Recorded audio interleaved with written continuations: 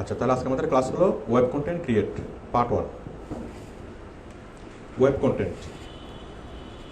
Content তৈরি নিয়ে আমাদের 3টে বা 4টা ক্লাস হবে। আমরা টোটালি সকল প্রকার ওয়েব কন্টেন্ট তৈরি করা শিখব।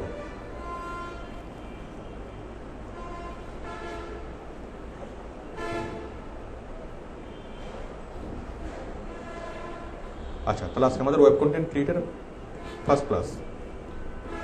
আমরা প্রথমেই বুঝি ওয়েব কন্টেন্ট কি।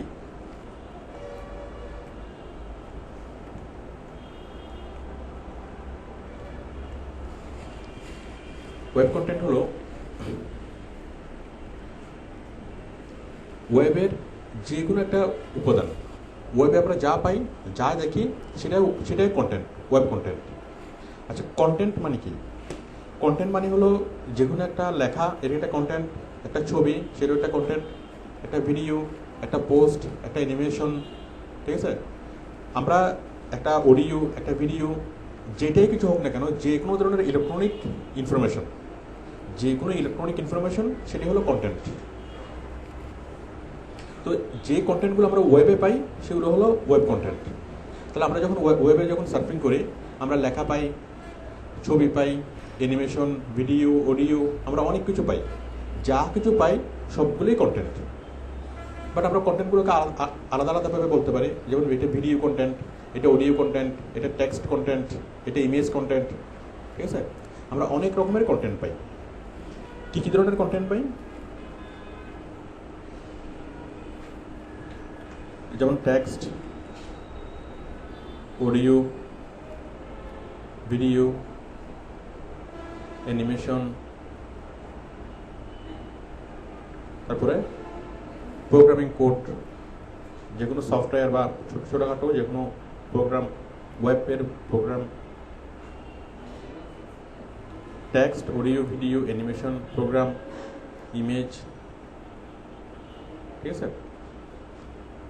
তাহলে ওয়েব কন্টেন্ট বলতে আমরা এগুলিকে বুঝি। ওয়েবে আমরা যা পাই, আমরা একটু দেখি এই বিষয়গুলোকে।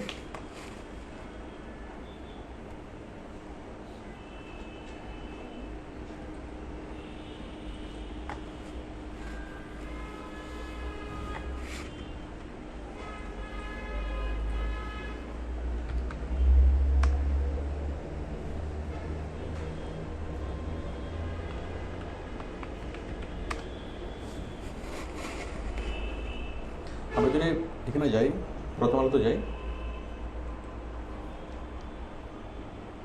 দেখেন যে কোনো একটা নিউজ,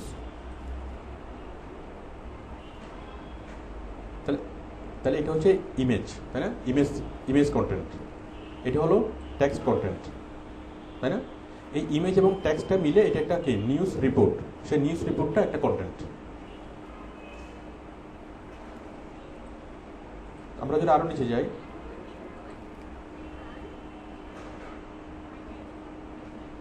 তাহলে টেক্সট থাকবে, ইমেজ থাকবে, ভিডিও থাকবে, এগুলো ভিডিও কন্টেন্ট, তাই না? তারপর হচ্ছে অ্যানিমেশন, এই যেটা অ্যানিমেটেড হচ্ছে, animation.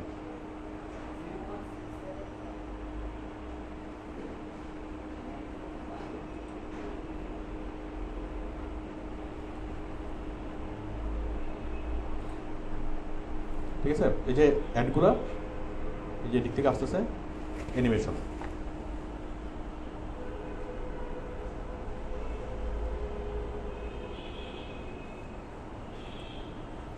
Text, audio, video, animation, programming code, image, এই সবগুলো মিলিয়ে হলো কন্টেন্ট।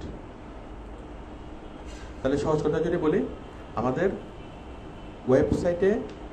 ওয়েবে আমরা যা পাই, ওয়েবে বলতে website, Facebook page, YouTube video, total ওয়েবে সার্ফিং করলে যে কোনো ওয়েবসাইটে, যে কোনো প্ল্যাটফর্মে আমরা যা কিছু পাই সবগুলো হলো কন্টেন্ট। এবং আমরা যা কিছু পাই সবগুলোকে যদি আমরা বলি যে আমরা কী কী পাই ওয়েব সার্ফিং করলে আমরা কী কী পাই, আমরা যা পাই সেগুলো হলো text, audio, video, animation, program এবং ইমেজ, ঠিক আছে? তাহলে এগুলো হলো কন্টেন্ট, এগুলো সম্মিলিত রূপে হলো কন্টেন্ট।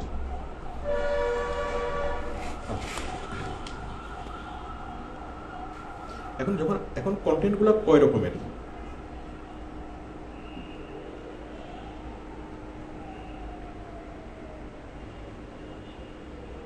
এটা হলো কন্টেন্টগুলো কি। এখন কন্টেন্টের প্রকারভেদ।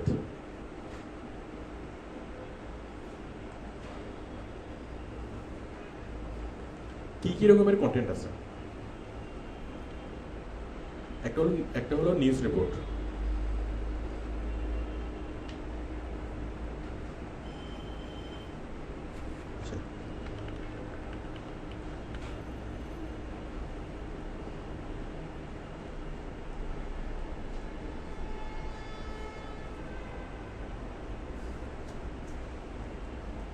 Product description,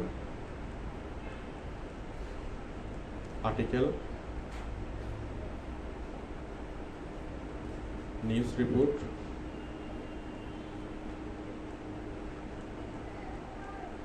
press release,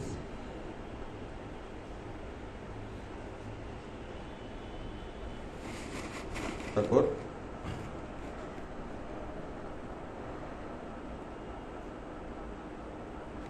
Facebook post,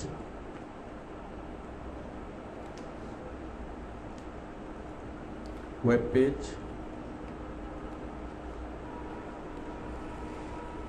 তাহলে আমরা এই যে এগুলোকে কম্বাইন করে text, audio, video, animation, program এগুলোকে কম্বিনেশন করে আমরা যা যা তৈরি করতে পারি সেগুলো হলো product description, article, news report, press release, Facebook post, web page. তাহলে আমরা যদি বলি যে ওয়েব কন্টেন্ট কয় প্রকার? ওয়েব কন্টেন্ট 1, 2, 3, 4, 5, 6 প্রকার, ঠিক আছে। আর ওয়েব কন্টেন্টের মধ্যে কি কি থাকতে পারে? ওয়েব কন্টেন্টের মধ্যে ওয়েব কন্টেন্টের উপাদানগুলো হলো text, audio, video, animation, programming এবং ইমেজ। এগুলো কম্বিনেশন করে অনেক রকমের কন্টেন্ট তৈরি করা যায়। সেই কন্টেন্টগুলো কি কি, মানে কি কি প্রকারের? প্রকারভেদগুলো হলো এইটা হয়তো মানে প্রোডাক্ট ডেসক্রিপশন, অথবা আর্টিকেল, অথবা news report, press release, Facebook post, web page. দেখুন, একটা নিউজে যদি আমরা দেখি,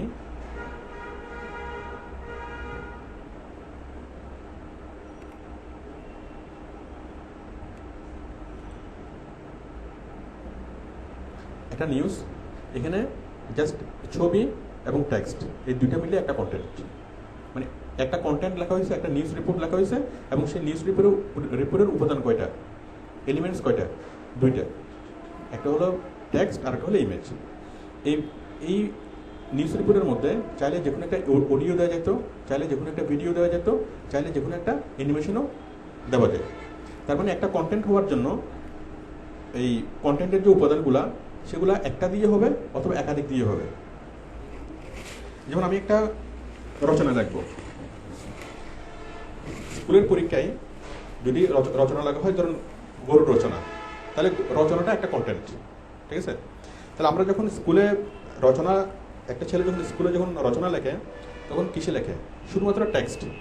পরীক্ষার খাতায় যখন একটা রচনা লেখে সেটা শুধুমাত্র টেক্সট, ওইটা একটা কন্টেন্ট, কিন্তু সেটা কি অনলি ফর টেক্সট কন্টেন্ট, ঠিক আছে।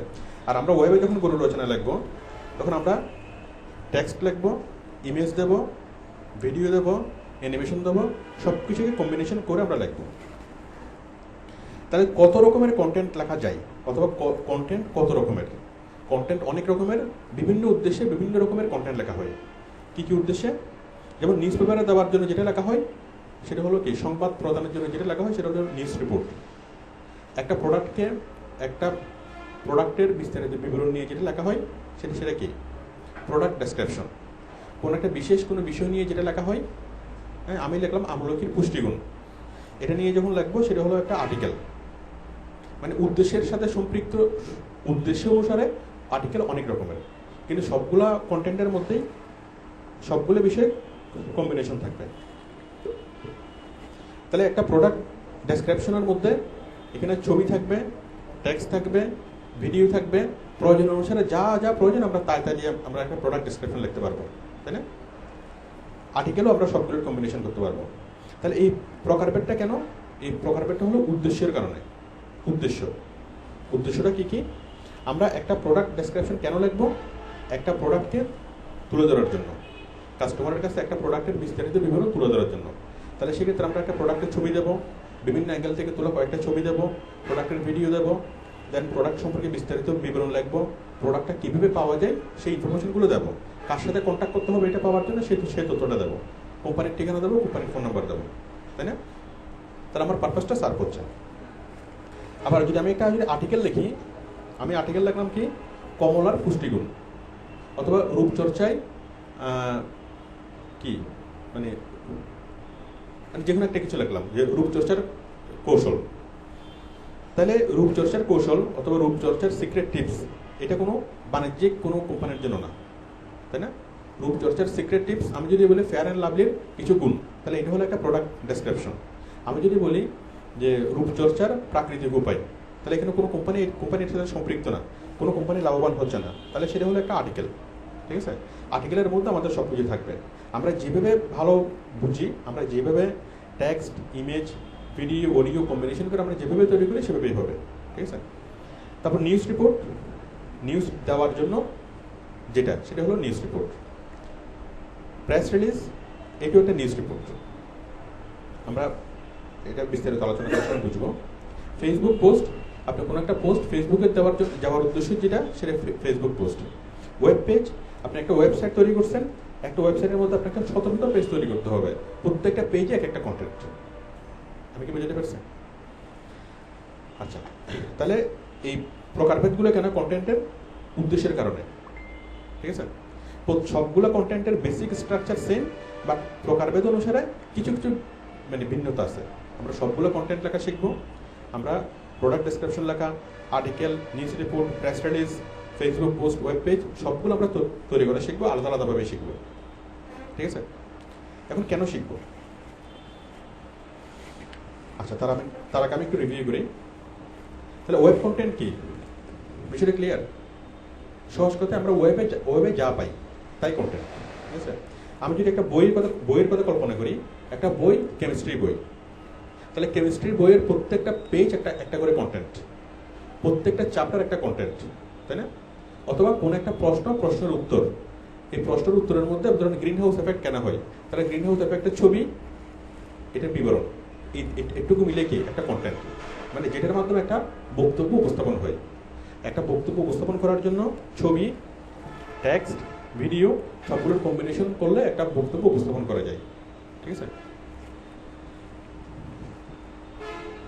তাহলে আমরা বুঝলাম ওয়েব কন্টেন্ট কি, ওয়েব কন্টেন্টের মধ্যে কি কি থাকে, এবং ওয়েব কন্টেন্টের প্রকারভেদ, এবং সেই প্রকারভেদগুলো কেন, এগুলোর উদ্দেশ্যের কারণে, কি উদ্দেশ্যে সেগুলো তৈরি করা হচ্ছে, ওই কারণে মানে আলাদা আলাদা কন্টেন্ট। এখন আমরা কেন শিখবো ওয়েব কন্টেন্ট তৈরি করা? ওয়েব কন্টেন্ট তো কেন শিখবো, আমাদের শিখে কি লাভ হবে? না, কোন একটা কোম্পানি একটা ওয়েবসাইট তৈরি করলো,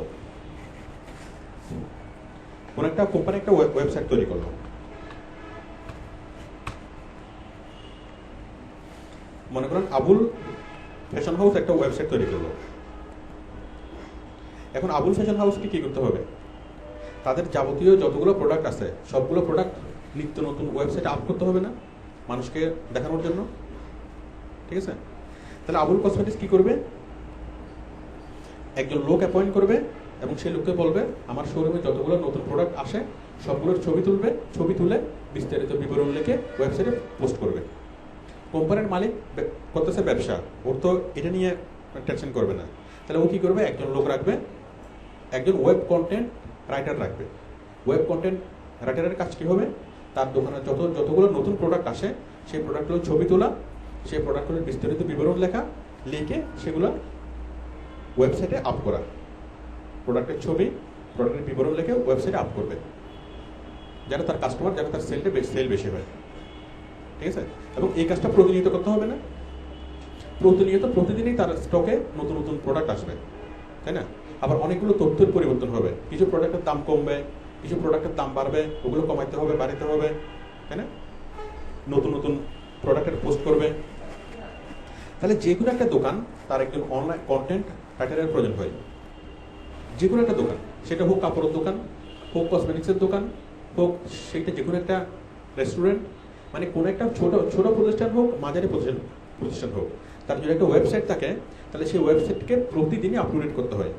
প্রতিদিন ওয়েবসাইটে নতুন নতুন কন্টেন্ট অ্যাড করতে হয়, কন্টেন্ট তৈরি করতে হয়, তাই না? প্রথমে তো কন্টেন্ট তৈরি করতে হয়, তারপর কন্টেন্টগুলো অ্যাড করতে হয়। একটু কি ক্লিয়ার? তার মানে যে কোম্পানির একটা ওয়েবসাইট আছে, সেই কোম্পানির একজন ওয়েব কন্টেন্ট রাইটার দরকার। আমি কি বুঝতে পারছি? তো ওয়েবসাইট তৈরি করে দেওয়ার দায়িত্ব হলো ওয়েব ডেভেলপারের, আর ওয়েবসাইটে তথ্য অ্যাড করার দায়িত্ব হলো কন্টেন্ট রাইটারের। কোন একটা কোম্পানি যখন ওয়েবসাইট তৈরি করায়, তখন সে একজন ওয়েব ডেভেলপারকে দেয়, ওয়েব ডেভেলপার সবগুলো ওয়েবসাইটটা ফ্রেমটা তৈরি করে দেয়, সব কিছু তৈরি করে দেয়। এখন নতুন নতুন যে তথ্যগুলো অ্যাড করতে হবে, এগুলোর জন্য আর ওয়েব ডেভেলপার লাগে না, এগুলো কে করে? Content writer. Content writer content লিখবে, লিখে সেগুলো আপ করবে, ঠিক আছে? তো আবুল কসমেটিক্সের একটা ফেসবুক পেজ আছে মনে করেন, এখন সেই ফেসবুক পেজও নিয়মিত আপ করতে হবে না প্রোডাক্টগুলো? ফেসবুক পেজের জন্য নতুন নতুন পোস্ট করতে হবে। আবুল কসমেটিক্সের একটা ইউটিউব চ্যানেল আছে, তাহলে সেই ইউটিউব চ্যানেলেও নতুন নতুন ভিডিও করতে হবে, ভিডিও অ্যাডভার্টাইজমেন্ট তৈরি করতে হবে, তৈরি করে ইউটিউবে আপ করতে হবে। তাদের নতুন অফার, নতুন প্রোডাক্ট সব কিছু নিয়ে জানিয়ে পোস্ট করতে হবে। তাহলে আমরা দেখি যে কোম্পানির অনলাইনের মাধ্যমে প্রোডাক্ট সেল করে, মানে অনলাইন যে কোম্পানির একটা ওয়েবসাইট আছে, তার একটা কন্টেন্ট রাইটার দরকার। যে কোম্পানি ওয়েবসাইটের মাধ্যমে তাদের প্রোডাক্ট সেল করে, তাদের কন্টেন্ট রাইটার আরও বেশি দরকার, তাই না? যে কোম্পানি ওয়েবসাইট, ফেসবুক, ইউটিউব পুরো ওয়েবের মাধ্যমে এসইও করায়, অনলাইন মার্কেটিং করে, তার কন্টেন্ট রাইটার আরও বেশি বেশি দরকার। আমি কি বুঝতে পারছি? তো কন্টেন্ট রাইটিং হলো এমন একটা কাজ, কোন একটা কোম্পানি সে এসইও করাক বা না করাক, তার একজন কন্টেন্ট রাইটার লাগবেই, এটা হলো বেসিক। আমি কি বুঝতে পারছি? কন্টেন্ট রাইটার লাগবে। কোনো একটা কোম্পানি যদি ডিসাইড করে যে আমরা অনলাইন মার্কেটিং করাবো না, অনলাইনে আমরা কোনো কার্যক্রম করাবো না, কিন্তু তারপরেও তার একটা ওয়েবসাইট থাকবে, এবং ওয়েবসাইটের জন্য একজন কন্টেন্ট রাইটার লাগবে। তো এরকম যে কোনো ধরনের কোম্পানি, প্রত্যেকটা একটা কোম্পানির যদি একটা ফেসবুক পেজ থাকে, সেই ফেসবুক পেজটাকে মেনটেন করার জন্য একজন কন্টেন্ট রাইটার প্রয়োজন হয়।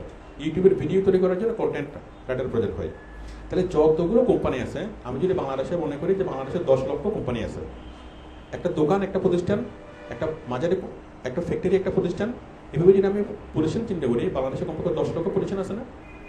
তাহলে প্রত্যেকটা প্রতিষ্ঠানের জন্য যদি একজন করে কন্টেন্ট রাইটার প্রয়োজন হয়, তাহলে বাংলাদেশে কমপক্ষে 10 লক্ষ কন্টেন্ট রাইটার দরকার। আমি কি বুঝতে পারছি? তো এই কাজটা বিশ্বব্যাপী, ওয়েবে যারাই কোনো কিছু করতেছে সবারই কন্টেন্ট রাইটার প্রয়োজন হয়। সারা বিশ্বব্যাপী যারা এসইও করাচ্ছে, তাদের কন্টেন্ট রাইটার প্রয়োজন হয়। যারা এসইও করাচ্ছে না কিন্তু ওয়েবে তাদের কি আছে, প্রেজেন্স আছে, তাদের কন্টেন্ট রাইটার প্রয়োজন হয়। আর বর্তমানে ব্যবসা বাণিজ্য ওয়েবে প্রেজেন্স ছাড়া কোনো ব্যবসা করা সম্ভব না। সম্ভব? এমন কোনো প্রতিষ্ঠান কি থাকা সম্ভব যার ওয়েবসাইট নেই? ওয়েবসাইট লাগবেই, ঠিক আছে? ফেসবুকের ফ্যান পেজ লাগবে, তো যার ফলে কন্টেন্ট রাইটারও লাগবে। তো আমরা এই কন্টেন্ট রাইটারের কাজগুলো যদি দেখি, আপওয়ার্কে প্রচুর পরিমাণে আমরা কাজ পাবো। কি পরিমাণ কাজ থাকে আমরা একটু দেখি।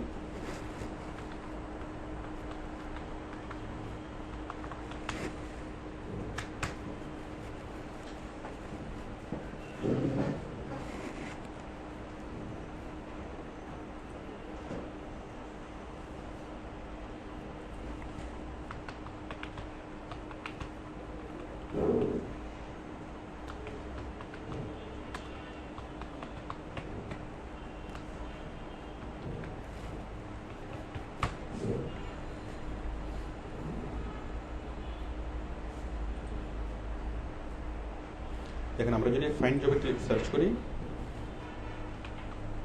ওয়েব কন্টেন্ট,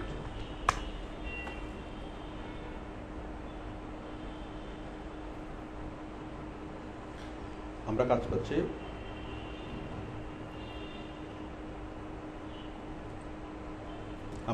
এখানে 4199।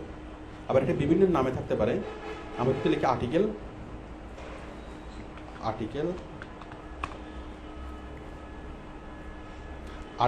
রাইটিং লিখে যদি সার্চ করি,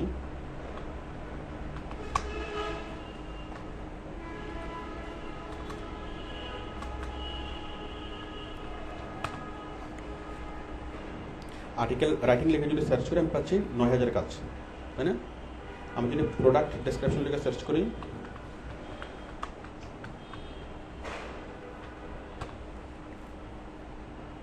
তাহলে পাচ্ছি, সরি আমার কথা ভুল হয়েছে,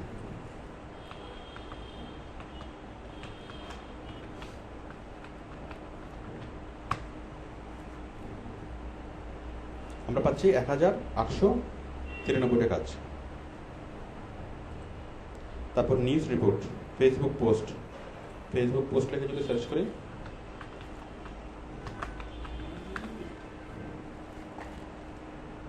এক 1886, ঠিক আছে। তাহলে আমরা প্রায় 10-12 হাজারের উপরে কাজ পাচ্ছি।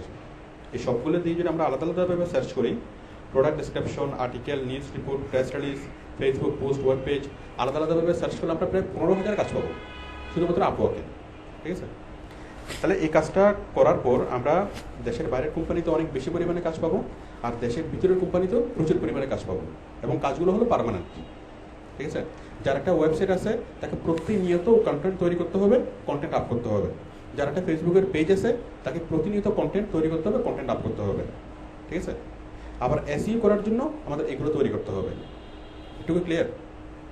আমরা ওয়েব কন্টেন্ট যদি ভালো ওয়েব কন্টেন্ট যদি তৈরি করা যায়, তৈরি করতে পারেন, তাহলে দেশের কোম্পানিতে অনেক ভালো স্যালারিতে কাজ পাওয়া যাবে, দেশের বাইরের কোম্পানিতে অনেক ভালো স্যালারিতে কাজ পাওয়া যাবে, ঠিক আছে। একজন ওয়েব কন্টেন্ট রাইটার কী পারে, মানে web content writing, web content create শিখলে আপনি কী করতে পারবেন? ওয়েব কন্টেন্ট ক্রিয়েট শেখার পর আপনি প্রোডাক্ট ডেসক্রিপশন লিখতে পারবেন। আপনি যে কোনো কোম্পানিতে প্রোডাক্ট ডেসক্রিপশন রাইটার হিসেবে কাজ করতে পারবেন। যে কোনো একটা ই কমার্স সাইট, যে কোনো একটা মানে দোকান, যে কোনো একটা কোম্পানির প্রোডাক্ট ডেসক্রিপশন রাইটার হিসেবে কাজ করতে পারবেন। যে কোনো একটা ওয়েবসাইটে আর্টিকেল রাইটার হিসেবে কাজ করতে পারবেন। যে কোনো একটা অনলাইন নিউজ পেপারে নিউজ রিপোর্ট রাইটার হিসেবে কাজ করতে পারবেন, মানে নিউজ রিপোর্টার। কোম্পানির ফেসবুক পোস্ট মেনটেন করতে পারবেন, ওয়েব পেজ তৈরি করতে পারবেন। এটুকু ক্লিয়ার? তাহলে আমি যেটুকু বললাম, ওয়েব কন্টেন্ট রাইটিং কি, ওয়েব কন্টেন্ট কি, ওয়েব কন্টেন্টের মধ্যে কী কী আছে, ওয়েব কন্টেন্ট কয় প্রকার, প্রকারভেদগুলো কী কী, আর আমরা ওয়েব কন্টেন্ট তৈরি করে কেন শিখব, এগুলো ছিল বেসিক আলোচনা। এটুকু ক্লিয়ার? আচ্ছা, তাহলে আমরা এখন ওয়েব কন্টেন্ট তৈরি করে শিখি।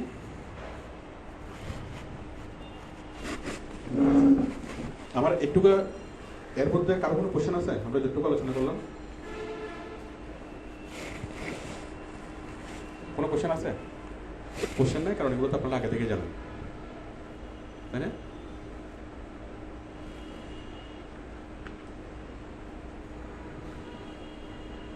এখন আমরা বেসিক স্ট্রাকচারটা দেখি।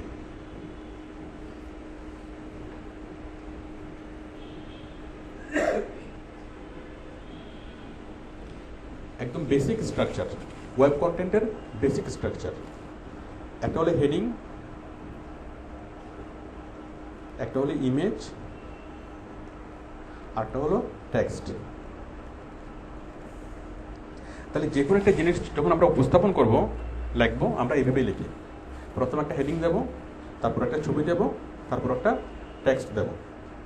যদি আমরা একটা গরুর রচনা লিখি, তাহলে উপরে বড় করে লিখবো গরু, তাই না? তারপর একটা গরুর ছবি, তারপর গরু কাহাকে বলে, হ্যাঁ কত প্রকার কী কী, আমরা কি টেক্সটগুলো লিখবো, তাই না? তিনটা। আমরা যদি যে কোনো একটা নিউজ লিখি, নিউজের একটা হেডিং, নিউজের একটা ছবি এবং নিউজের বিস্তারিত বিবরণ, ঠিক আছে। আমরা যদি যে কোনো একটা প্রোডাক্ট নিয়ে লিখি, তাও আমাদের বেসিক স্ট্রাকচার এটাই, ঠিক আছে। জাস্ট বেসিক স্ট্রাকচার এটাই কি, একটু কিছু জিনিস অ্যাড হবে, কিছু জিনিস মাইনাস হবে, মানে ক্ষেত্র বিশেষে কিছু কিছু কন্টেন্টের ক্ষেত্রে কিছু নতুন জিনিস অ্যাড হতে পারে, আমরা সেগুলো দেখব। তাহলে বেসিক স্ট্রাকচার বুঝে গেল। একটা ওয়েব কন্টেন্টের বেসিক স্ট্রাকচার হলো একটা হেডিং, প্রথমে থাকবে হেডিং, তারপরে থাকবে ছবি, তারপরে থাকবে টেক্সট। এটা হলো বেসিক স্ট্রাকচার। বাট প্রয়োজনে আমাদের যেটা হবে, আমাদের এই যে হেডিংয়ের সাথে ইমেজের সাথে আরও কিছু অ্যাড হতে পারে। ইমেজের সাথে অ্যানিমেশন অ্যাড হবে, ভিডিও অ্যাড হবে, তাই না? আমরা ইমেজ দিয়ে সেটাকে দেখাতে পারি, image plus animation plus video plus audio, আরও আমরা কিছু এখানে অ্যাড করতে পারি। এগুলো হলো অপশনাল। আবার টেক্সটের পরে টেক্সট না লিখে আমরা ডেসক্রিপশন লিখি।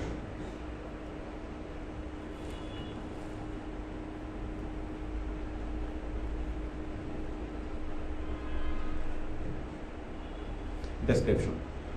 তাহলে হেডিং, ইমেজ, ডেসক্রিপশন, ডেসক্রিপশনের পরে আমাদের মাঝে মধ্যে কন্ট্যাক্ট থাকতে পারে।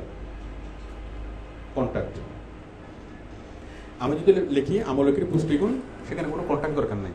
রূপচর্চার গোপন কৌশল, সেখানে কোনো কন্ট্যাক্ট দরকার নেই। যদি লিখি ফেয়ার অ্যান্ড লাভলি, তখন আমাদের কন্ট্যাক্ট দরকার আছে, তাই না? কোম্পানির ঠিকানা, ফোন নাম্বার প্রয়োজন আছে, সেটা প্রয়োজন সাপেক্ষে। এরপর নিচে আরেকটা জিনিস থাকতে পারে লিঙ্ক, এটাও প্রয়োজন সাপেক্ষে। আমি লিখলাম আমলকির পুষ্টিগুণ, অথবা আমলকির পুষ্টিগুণ লিখলাম, লেখার পর নিচে লিখলাম আরও বিস্তারিত তথ্য জানার জন্য নিচের লিঙ্কে ক্লিক করুন। যে লিঙ্কে গিয়ে একটা ওয়েবসাইটের মধ্যে সে আরও অনেক বিস্তারিতভাবেই পাবে। যদি প্রয়োজন হয় আমি রেফারেন্স লিঙ্ক দেবো, যদি প্রয়োজন না হয় রেফারেন্স লিঙ্ক দেবো না। যদি প্রয়োজন হয় কন্ট্যাক্ট দেবো, যদি প্রয়োজন না হয় কন্ট্যাক্ট দেবো না। ক্লিয়ার? আমি যদি লিখি যে ফেয়ার অ্যান্ড লাভলি একটা বিউটি ক্রিম, তাহলে একটা বিউটি ক্রিম কেনার জন্য নিচের লিঙ্কে ক্লিক করুন। এই বিউটি ক্রিম সম্পর্কে আরও বিস্তারিত জানার জন্য নিচের লিঙ্কে ক্লিক করুন, তাই না? প্রয়োজন হলে আমি দেবো লিঙ্ক, প্রয়োজন না হলে দেবো না। আচ্ছা, তাহলে একটুকু বোঝা গেল। তাহলে আমি যেগুলো ব্র্যাকেটের মধ্যে রাখলাম এগুলো হলো অপশনাল, এগুলো আমরা প্রয়োজন হলে দেবো, প্রয়োজন না হলে দেবো না। ঠিক আছে? কিন্তু বেসিক যে স্ট্রাকচার সেটা হলো একটা ওয়েব কন্টেন্ট লেখার জন্য প্রথমে হেডিং, ইমেজ এবং ডেসক্রিপশন, এই তিনটে হলো বেসিক। ঠিক আছে? এই তিনটের পাশাপাশি যা থাকতে পারে, ইমেজের সাথে অ্যানিমেশন থাকবে, ভিডিও থাকবে, অডিও থাকবে, আর ডেসক্রিপশনের নিচে কন্ট্যাক্ট থাকবে, লিঙ্ক থাকবে, আর কিছু থাকতে পারে। ক্লিয়ার একটু?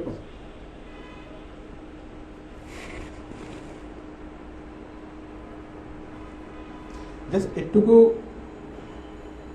একটুকু দিয়েই যে কোনো ধরনের ওয়েব কন্টেন্ট লেখা যাবে। জাস্ট একটুকু যদি মাথায় থাকে, যে কোনো ওয়েব কন্টেন্ট লেখা যাবে। Heading, image, description. তাহলে এখন আমরা ওয়েব কন্টেন্ট লেখা শুরু করি।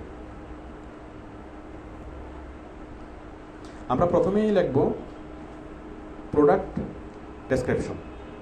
আমরা প্রোডাক্ট ডেসক্রিপশন লেখা বিস্তারিতভাবে শিখব।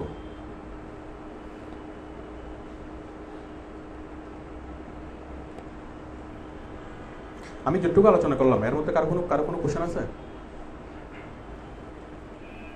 তাহলে আমরা এখন শিখতেছি প্রোডাক্ট ডেসক্রিপশন।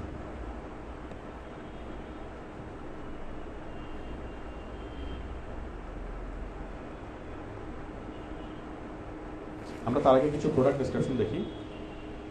আচ্ছা, আমি আগে স্ট্রাকচারটা দেখি। প্রোডাক্ট ডেসক্রিপশনের যে ফরম্যাট সেটা হলো প্রথমে হেডিং, তারপর হলো ইমেজ 4টা বা 5টা উইথ ফোকাসিং পয়েন্ট,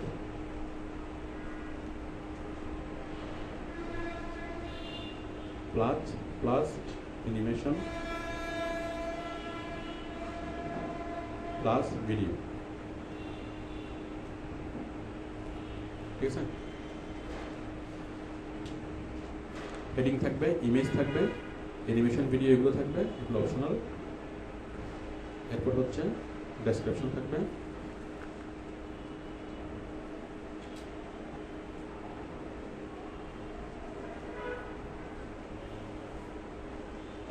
তারপর থাকবে কন্ট্যাক্ট, তারপর থাকবে লিঙ্ক।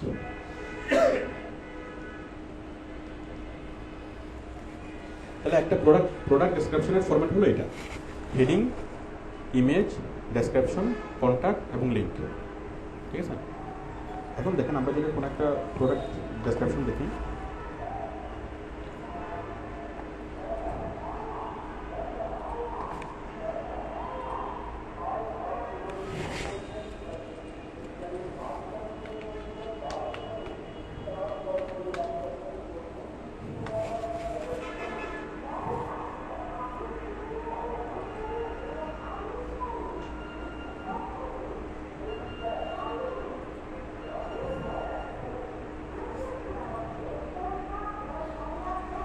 হ্যাঁ, আমরা একটা প্রোডাক্ট ডেসক্রিপশনে দেখতেছি। প্রথম হলো হেডিং, তাই না? US Polo hoodie jacket for men, এটা কি হেডিং? হেডিং এর পরে কি ইমেজ, ইমেজের পরে কি ডেসক্রিপশন, ডেসক্রিপশনের পরে কি কন্ট্যাক্ট, তাই না? কন্ট্যাক্ট। এখানে কোনো রেফারেন্স লিঙ্ক দেয় নাই, প্রয়োজন নাই, সেজন্য দেয় নাই। ঠিক আছে?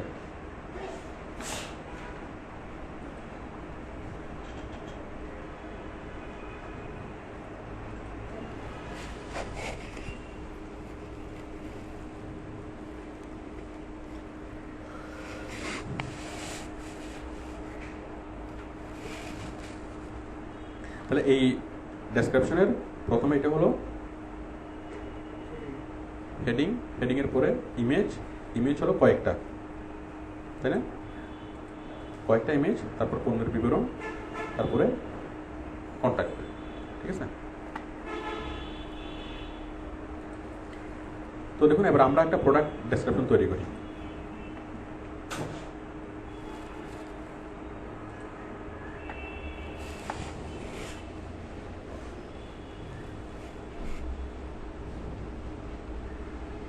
আমরা একটা প্রোডাক্ট, বায়ার আমাদেরকে একটা প্রোডাক্ট দিল, শার্ট। একটা শার্টের জন্য আমাদেরকে প্রোডাক্ট ডেসক্রিপশন লিখতে হবে।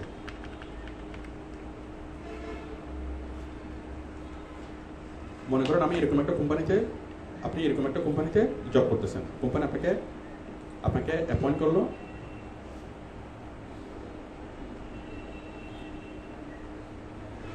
কোম্পানি আপনাকে অ্যাপয়েন্ট করলো, মনে করেন এটা ওইটা একটা ফ্যাশন হাউস।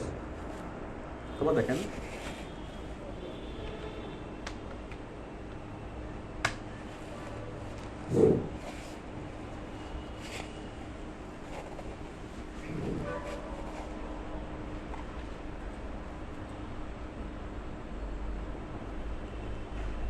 wrongbidy.com, এটা একটা ফ্যাশন হাউস।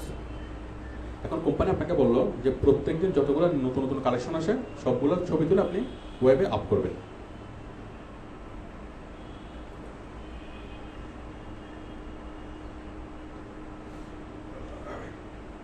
এখন আপনি এরকম ছবি দিবেন, প্রোডাক্টের ছবি, প্রোডাক্টের বিবরণ সহ সব কিছু লেগে নতুন একটা আপনি সবগুলো পোস্ট করবেন, যারা তারা অনলাইন থেকে আরও বেশি বেশি পরিমাণে মানে ইয়া করতে পারে, সেল করতে পারে।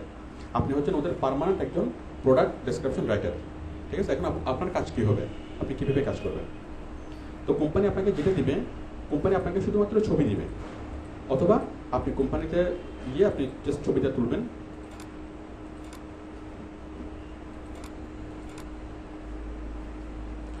আপনাকে কোম্পানি জাস্ট একটা ছবি দিল, এটা হচ্ছে আমার শার্ট, অথবা আপনি নিজের ক্যামেরা দিয়ে সেই ছবিটা তুললেন। এখন কী করতে হবে, এই শার্টের উপর একটা ভালো একটা প্রোডাক্ট ডেসক্রিপশন লিখতে হবে, এমনভাবে লিখতে হবে যেন সেটা মানুষের দৃষ্টি আকৃষ্ট করে। ঠিক আছে? যেন সেটা অনেক বেশি পরিমাণে সেল হয়। ওয়েব থেকে এটা দেখেই বিবরণে মুগ্ধ হয়ে, ছবি দেখে মুগ্ধ হয়ে অনেক মানুষ যেন অনলাইন থেকে এটা কিনে। ঠিক আছে? ভাইয়ের আমাকে ছবিটা দিল, অথবা আমি তুললাম এবং আমাকে ইনস্ট্রাকশন দিল যে খুব ভালোভাবে একটা প্রোডাক্ট ডেসক্রিপশন লিখে সেটা আপ করার জন্য। ঠিক আছে? তো প্রোডাক্ট ডেসক্রিপশন যদি আপ রাইটার হন, আপনাকে ডেইলি 10-12টা করে প্রোডাক্টের ছবি তুলে সেগুলো ডেসক্রিপশন লিখে আপ করতে হবে।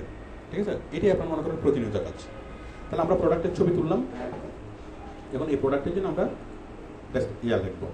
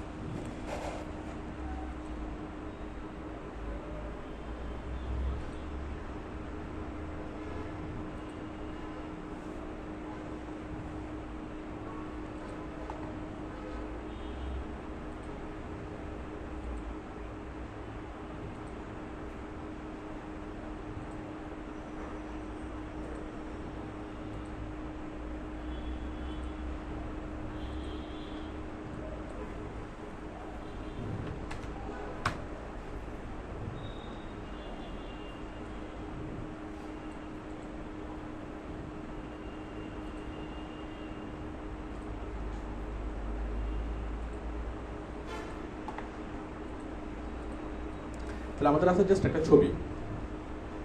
ঠিক আছে? এখন আমাদেরকে এটার উপরে বিশেষ করে পুরা ডেসক্রিপশনে লিখতে হবে। তাহলে আমরা প্রথমে দেবো হেডিং, হেডিংয়ের পরে ছবি, ছবির পরে বিবরণ। ঠিক আছে?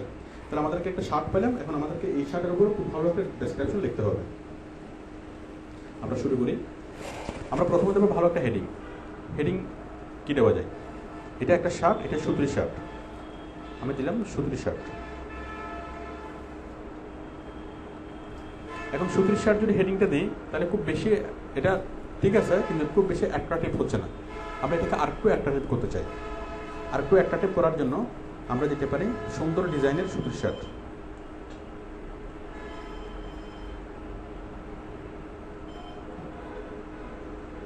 তাই না? সুন্দর ডিজাইনের সুতির শার্ট। আমরা একটা গুণের সন্নিবেশন করলাম, সুন্দর ডিজাইন। এখন আমরা চাই আরেকটু স্পেসিফিক করতে, আরেকটু সুন্দর করতে। কি লেখা যায়? টেকসই। টেকসই, উন্নত মানের। তাই না? তাহলে আমি একটা গুণ দিলাম, দুইটা গুণ দিলাম, তিনটা গুণ দিলাম। তাই না? সুন্দর ডিজাইনের সুতির শার্ট, তাহলে এটা হবে টেকসই, উন্নত মানের এবং সুন্দর ডিজাইনের সুতির শার্ট। এভাবে লিখতে পারি না? যদি আমি আরো একটু ভালোভাবে লিখতে চাই লাইনটা, তাহলে সুলভে, সুলভ মূল্যে।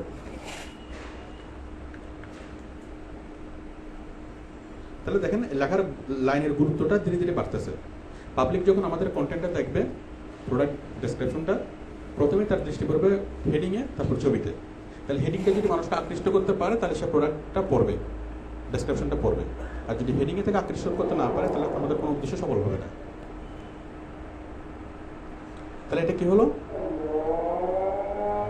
আমরা 5 মিনিট ব্রেক দিচ্ছি।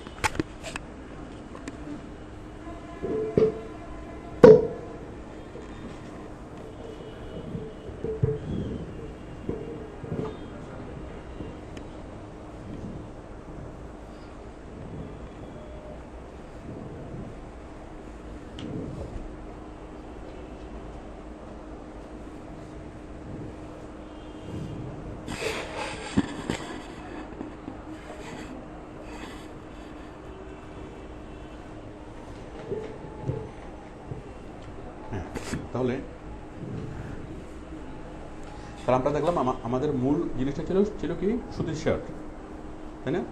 তাহলে আমরা এটাকে লাইনটাকে আকর্ষণীয় করার জন্য হেডিংকে আমরা লিখলাম সুন্দর ডিজাইনের টেকসই উন্নত মানের সুতির শার্ট সুলভ মূল্যে লেখা যায়, 50% ডিসকাউন্টে লেখা যায়, অনেকভাবে লেখা যায়।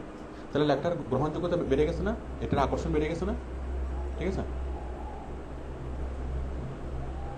তাহলে আমরা এখানে কি করলাম, আমাদের মূল যে শব্দটা আমরা যখন হেডিং লিখবো তখন আমাদের যে মূল শব্দটা, এই মূল শব্দের সাথে আমরা অনেকগুলো প্রোডাক্টের গুণ অ্যাড করব। গুণ কোন ধরনের গুণ? যে গুণগুলোর চাহিদা অনেক বেশি। ঠিক আছে,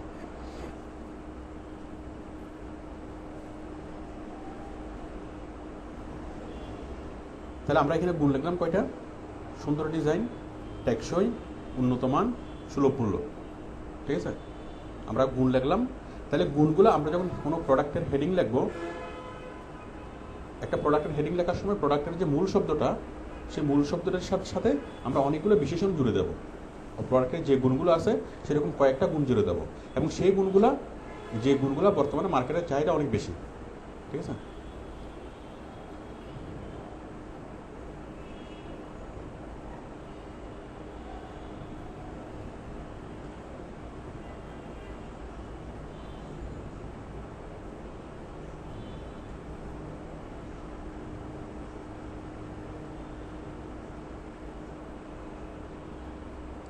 আচ্ছা, এরপর আমরা একটু ইমোশন অ্যাড করে দেবো। আমরা যেটা দিলাম মূল শব্দ,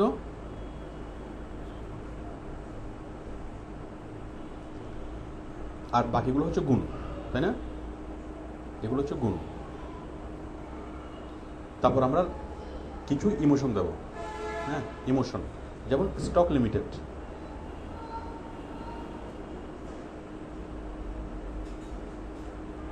স্টক লিমিটেড এটা কি? এটা একটা ইমোশন, এটা একটা মেন্টাল প্রেশার দেওয়া, অথবা ফুরিয়ে যাওয়ার আগেই সংগ্রহ করুন, অথবা আগে আসলে আগে পাবেন, অথবা মাত্র প্রথম 2000 জন এই সুযোগটা পাবেন, প্রথম 100 জন এই সুযোগটা পাবেন। ঠিক আছে, আসলে সবাই পাবে, কিন্তু জাস্ট একটা প্রেশার দেওয়ার জন্য কি বলতেছে, প্রথম 100 জন এই অফারটাই পাবে। আমি কি বুঝতে পারছি? এটা হলো কি ইমোশন, একটা মেন্টাল প্রেশার। স্টক লিমিটেড, আসলে স্টক হচ্ছে আনলিমিটেড, কিন্তু লেখলো কি স্টক লিমিটেড, কারণ যারা জন্য কি মানুষের কাস্টমারের উপর একটা প্রেশার তৈরি হয়। তাহলে এটা হলো ইমোশন।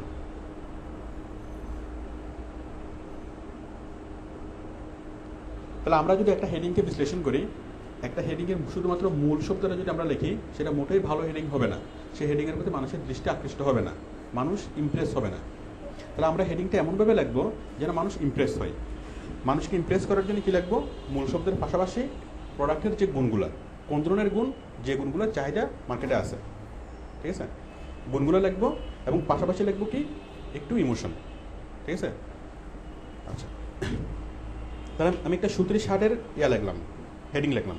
এখন আমি এই জিনিসগুলোকে লিখলাম, এটা এখন সুন্দরভাবে রিঅ্যারেঞ্জ করে লেখা যাবে না? রিঅ্যারেঞ্জ করলে কী হবে?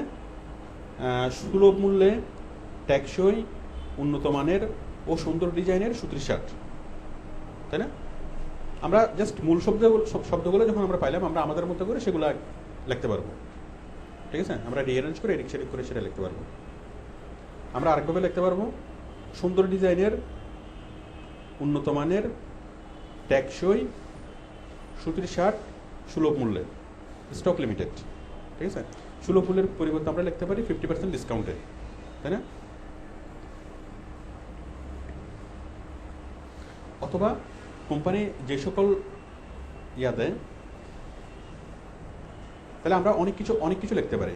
এখন কোম্পানির প্রোডাক্টের যদি কোনো গুণ না থাকে, মনে করেন কোনো একটা প্রোডাক্ট, আমি যে প্রোডাক্টের জন্য ডেসক্রিপশন লিখবো, সেই প্রোডাক্টটাকে ভালোভাবে বুঝতে হবে। যদি আমার কোম্পানির প্রোডাক্টটা যদি এমন প্রোডাক্ট হয় যেটা আসলেই কোনো গুণ আছে, তাহলে সেই গুণগুলোকে সামনে নিয়ে আসতে হবে। আবার গুণ আছে, কিন্তু সেই গুণগুলো যদি কোনো কাজের গুণ না হয়, তাহলে সেটা সামনে আনা যাবে না। যেমন আইফোন 7 30 ফুট পানির গভীরেও কাজ করে, এটা খুব ভালো একটা গুণ, কিন্তু এটা কি প্রয়োজন আছে? আমরা কি এটাকে নিয়ে 30 ফুট পানির গভীরে যাব?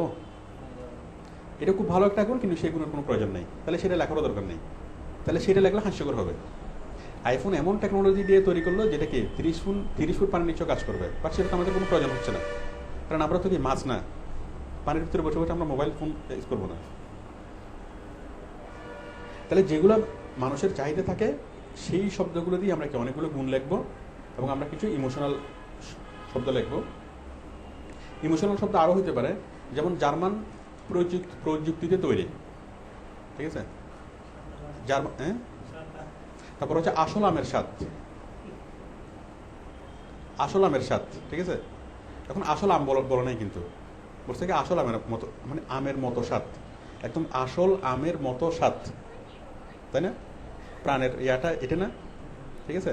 এখন মানুষ এটা কিন্তু আসল আম না, মানে আসল আমের ফ্লেভার, ঠিক আছে, তার মানে এই জিনিসটা নকল, কিন্তু মানুষ এমনভাবে তাদের উপস্থাপনা, মানে লাইনটা এমনভাবে বলা হয়েছে যে মনে হচ্ছে এটাই আসল আম, আসলে আসল আমের স্বাদ।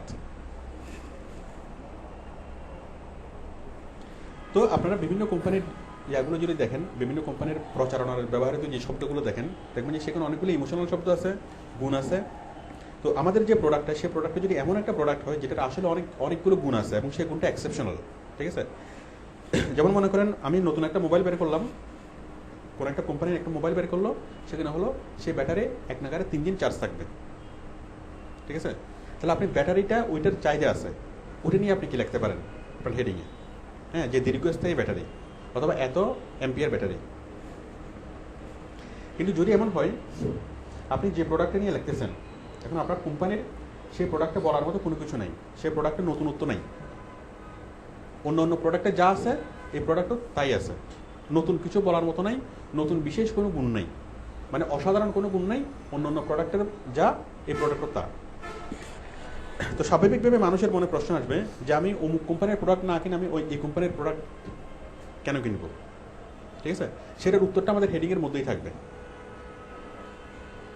কারণ আমাদের প্রোডাক্টটা যে কোনো একটা দিক দিয়ে এক্সেপশনাল, সেই এক্সেপশনটা আমরা ফুটিয়ে তুলবো। কিন্তু অনেক চেষ্টা করেও যদি আমরা কোনো এক্সেপশন না পাই, আমরা কোম্পানিকে জিজ্ঞেস করব, আমরা নিজেরা বুঝবো, যদি কোনো এক্সেপশন না পাই তখন কি করব, তখন হচ্ছে একটা আর্টিফিশিয়াল একটা কি গুরুত্ব আনতে হবে, আর্টিফিশিয়াল মানে ইম্পর্টেন্স। একটা প্রোডাক্টের গুরুত্ববহ যদি প্রোডাক্ট হয়, সে গুরুত্বটা লেখা যায় যে আমাদের প্রোডাক্ট এরকম, বাট সেই প্রোডাক্টের যদি কি থাকে, নতুনত্ব কোনো জিনিস না থাকে, তাহলে একটা আর্টিফিশিয়াল একটা ইমোশন আনা যায়। সেটা হলো কি 50% ছাড়, মনে করেন আগের দাম ছিল 50 টাকা, এখন নতুন দাম লিখলাম 100 টাকা, তারপর লাগলো কি 50% ছাড়। দাম বাড়াইছে কিনা সেটা তো মানুষ দেখতেছে না, বাট ছাড় হচ্ছে সেটা তো সঠিক, ঠিক আছে। মানে আগে ছাড় না দিয়েও 50 টাকা, আর এখন ছাড় দিলেও 50 টাকা, ঠিক আছে, বাট কৌশলটা কি, মানে 50% ছাড়, কোম্পানি কিন্তু দাম কম নিচ্ছে না, ঠিক আছে। তাহলে এটা একটা মার্কেটিং স্ট্র্যাটেজি।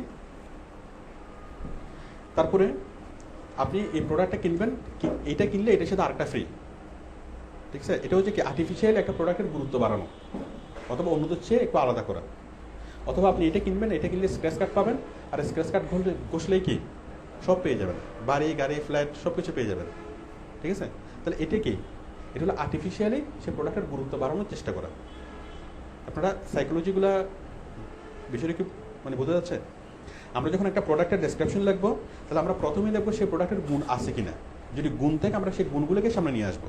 বাট যদি দেখি যে আসলে কোনো গুণ নাই অথবা নতুনত্ব নেই, মানে প্রোডাক্টের গতানুগতিক বাজারে যেরকম প্রোডাক্ট আছে, আমার এই প্রোডাক্টেরও কি সেরকমই, নতুনত্ব কোনো কিছু নাই, তাহলে আমরা আর্টিফিশিয়ালি কী করবো, সেখানে একটা নতুনত্ব আনবো, ঠিক আছে। এটা কোম্পানি আমাদেরকে বলবে যে আপনি 50% ডিসকাউন্ট, অথবা কি জার্মান প্রযুক্তি, অথবা কি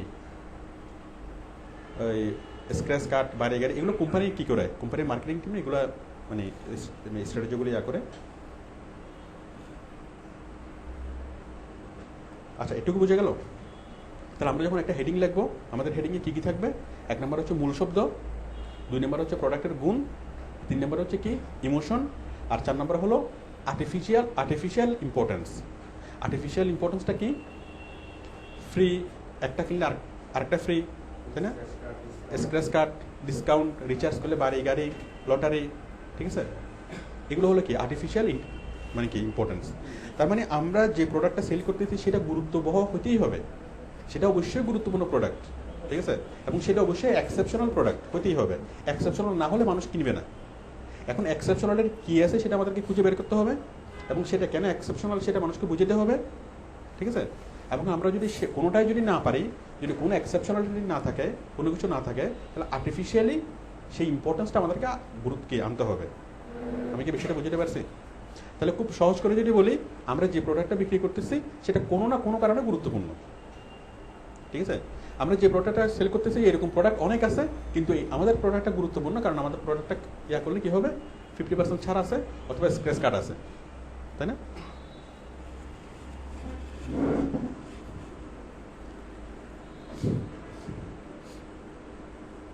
তাহলে আমাদের হেডিং এর 4টা অংশ, আমি 4টা অংশগুলো লিখি।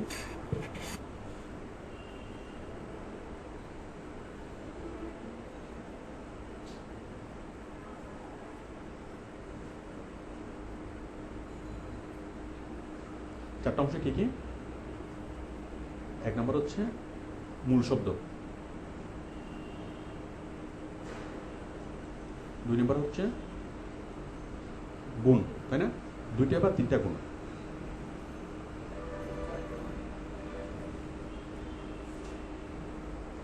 রাশেদ,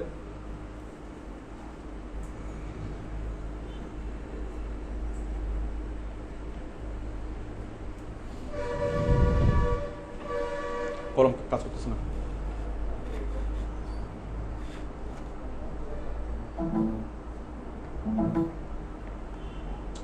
বারবার এরকম প্রবলেম হয় কেন?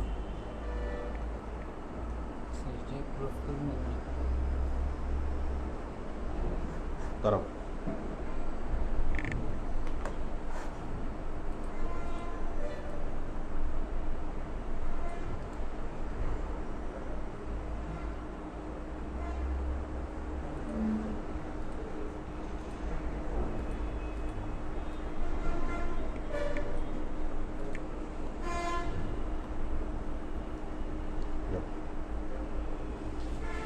তাহলে একটা হচ্ছে মূল শব্দ, 2 নম্বর হচ্ছে গুণ, এক বা একাধিক গুণ, তাই না?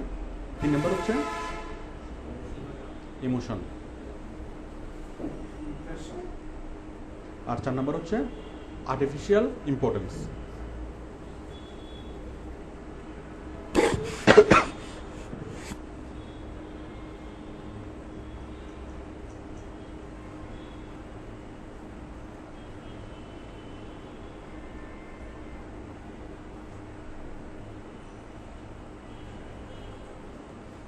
তাহলে আমরা একটা হেডিং লিখলাম এবং হেডিংয়ের যে উপাদানগুলো আমরা সেগুলো লিখলাম, ঠিক আছে? তাহলে এটা আমাদের কাজে লাগবে কোথায়? আমরা যদি প্রোডাক্ট ডেসক্রিপশন লিখি সেটাতেও কাজে লাগবে, আমরা যদি আর্টিকেল লিখি সেটাতেও কাজে লাগবে। যে কোনো একটা লেখা, যে কোনো একটা রাইটিংস, যে কোনো একটা ডেসক্রিপশন, যে কোনো ক্রিয়েটিভ রাইটিংস যখন আমরা লিখবো তখন সেটার হেডিং কী হবে, সেটা লেখার সময় এটা আমাদের কাজে লাগবে। তাহলে যে কোনো হেডিং তৈরি করার সময় আমরা লিখবো প্রথমত মূল শব্দ, তারপর গুণ, তারপর ইমোশন, তারপর হচ্ছে যদি এগুলোর যদি গুণ অথবা না থাকে অথবা ইমোশন যদি গতানুগতিক কোনো কিছু না থাকে তাহলে আমরা সেটাতে আর্টিফিশিয়ালি ইম্পর্টেন্স আমরা বাড়াবো, ঠিক আছে? তো এখন আপনারা বিভিন্ন প্রোডাক্টের যখন বিজ্ঞাপন দেখবেন তখন বিজ্ঞাপনের মতো কোন শব্দটা কি এরকম সেটা স্পষ্টভাবে আইডেন্টিফাই করতে পারবেন, ঠিক আছে? যদি বলা হয় যে অমুক জিনিসটা কিনেন, অমুক জিনিসটা কিনলে এখান থেকে 1 টাকা যাবে অমুক ফান্ডে, অ্যাসিড দগ্ধদের ফান্ডে অথবা অমুক ফান্ডে, ঠিক আছে? তাহলে এটা কি? মানে ওই রবি একবার একটা ইয়া করছিল, আপনি যদি রিচার্জ করেন, রিচার্জ করলে এখান থেকে 1 টাকা অমুক জায়গায় যাবে, ওই ছোট ছেলেদের ঈদের কাপড় কিনে দেবে। তাহলে এটা কি? এটা কি? হ্যাঁ, মানে আর্টিফিশিয়াল ইম্পর্টেন্স বাড়ানো। আচ্ছা,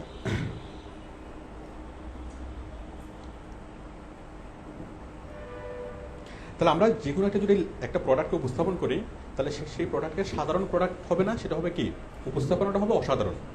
মানে আমরা যেটা বুঝাবো, আমরা আমাদের রাইটিংসে যেটা লিখবে যে এই জিনিসটা আপনার পড়া উচিত কারণ জিনিসটা অসাধারণ, এটা হচ্ছে মেসেজ। এই মেসেজটা কোথায় থাকবে? আমাদের হেডিংয়ে। মানে আপনার এটা পড়া দরকার, কেন পড়বেন? কারণ আমাদের জিনিসটা কি, আমরা যেটা বলতে যাচ্ছি সেটা সাধারণ না, সেটা অসাধারণ।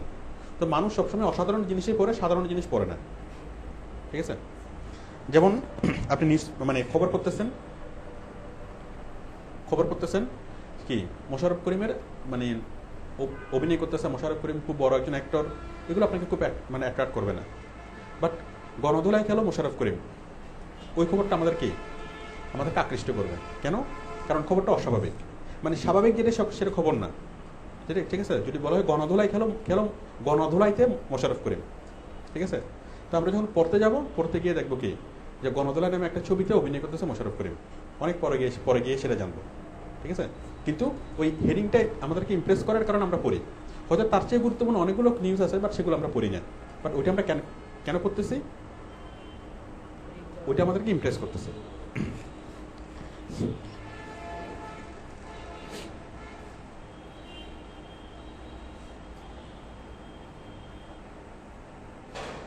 তাহলে আমরা যে কোনো একটা রাইটিংস যদি লিখি, সেটার জন্য আমরা কীভাবে হেডিং তৈরি করব, আমরা মোটামুটি সেটা আইডিয়া পেলাম। কার কোনো কোশ্চেন আছে এটা নিয়ে, হেডিং তৈরি করা নিয়ে? আচ্ছা,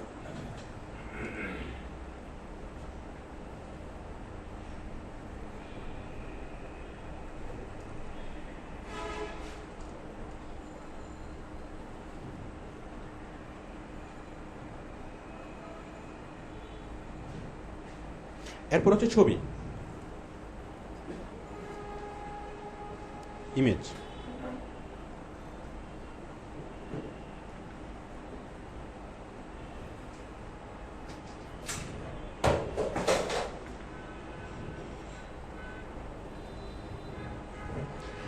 একটা প্রোডাক্টের যখন আমরা ইমেজ দেব, তখন সেই ইমেজটা হবে কয়েকটা, মানে আমাদেরকে প্রোডাক্টটাকে পুরোপুরি তুলে ধরতে হবে।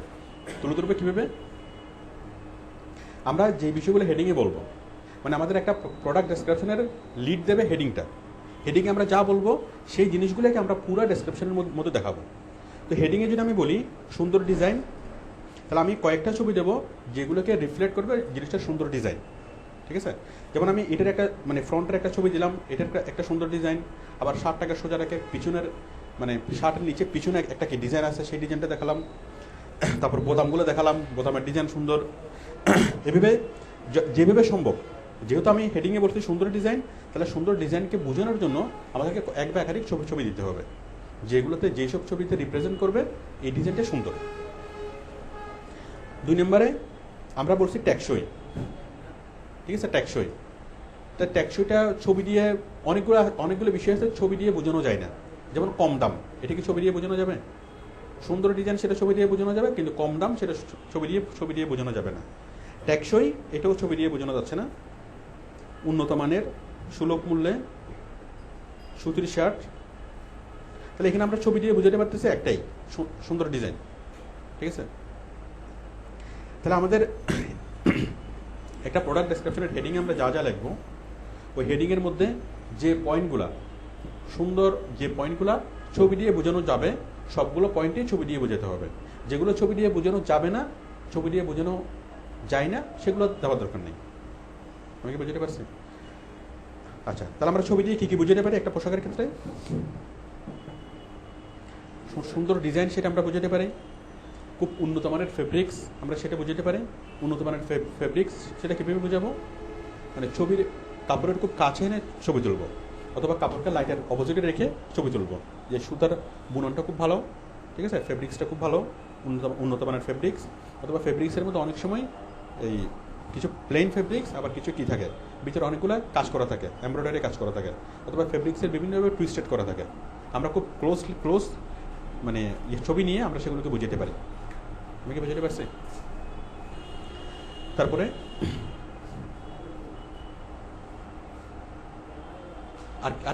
আর কি বোঝানো যায়? মনে করেন ল্যাপটপ, খুব পাতলা ল্যাপটপ, ম্যাকবুক এয়ার খুব পাতলা। এখন খুব পাতলা এটা বোঝানোর জন্য কী করা যায়? ল্যাপটপের ছবি দেওয়া যায়। এখন ছবি দিলে জিনিসটা মানে বোঝা যাবে না, তাহলে যে কোনো একটা কিছুর সাথে মানে কম্পেয়ার করতে হবে। হ্যাঁ, কম্প্যারিজনটা কি? একটা ম্যাচের বক্স, পাশে একটা মানে ল্যাপটপ রাখা হলো, পাশে একটা ম্যাচের বক্স রাখা হলো। ওই ম্যাচের বক্সের আইডিয়া মানুষের আছে, ম্যাচের বক্সটা কত বড়, ওই ম্যাচের বক্সের সাথে কি মানুষ তখন কম্পেয়ার করবে, তখন বিষয়টা বোঝা যাবে এটা ম্যাচের বক্স থেকে কত গুণ বেশি পাতলা, ঠিক আছে? আমরা যদি শুধু ওটা দিই, একটা প্রোডাক্ট দিই, তাহলে সেটা কিন্তু সাইজটা বোঝা যাবে না। সাইজটা বোঝানোর জন্য সবসময় পাশে একটা কিছু থাকতে হবে।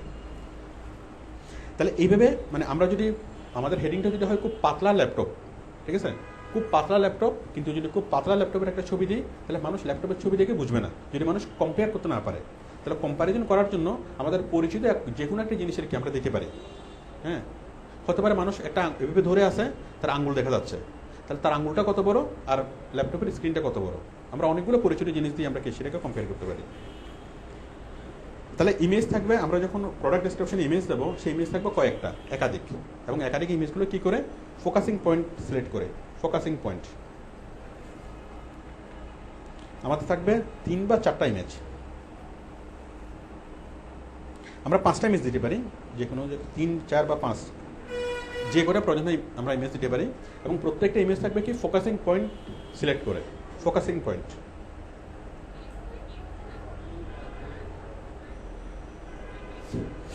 ফোকাসিং পয়েন্টটা কি? ফোকাসিং পয়েন্ট হচ্ছে কাস্টমার যখন একটা প্রোডাক্ট কিনে তখন সে যেই বিষয়গুলোর প্রতি গুরুত্ব আরোপ করে সেগুলো হলো ফোকাসিং পয়েন্ট। যখন কাস্টমার একটা শার্ট কিনবে, প্রথমত সে শার্টটাকে হাতে নিয়ে দেখবে তার ডিজাইনটা, তাই না? 2 নম্বরে দেখবে তার ফেব্রিক্সটা ভালো কিনা, তাই না? 3 নম্বরে দেখবে এটার যে রংটা কি, এটা কি মানে পার্মানেন্ট নাকি কি অস্থায়ী, এটা কি ব্লক দেওয়া নাকি একদম সুতার মধ্যে রংটা দেখবে না?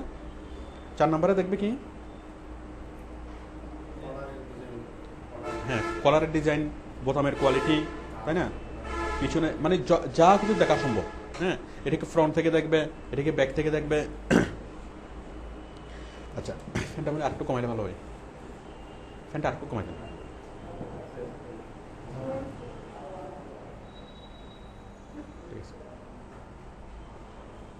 সাইদুল, এদিকে আসো।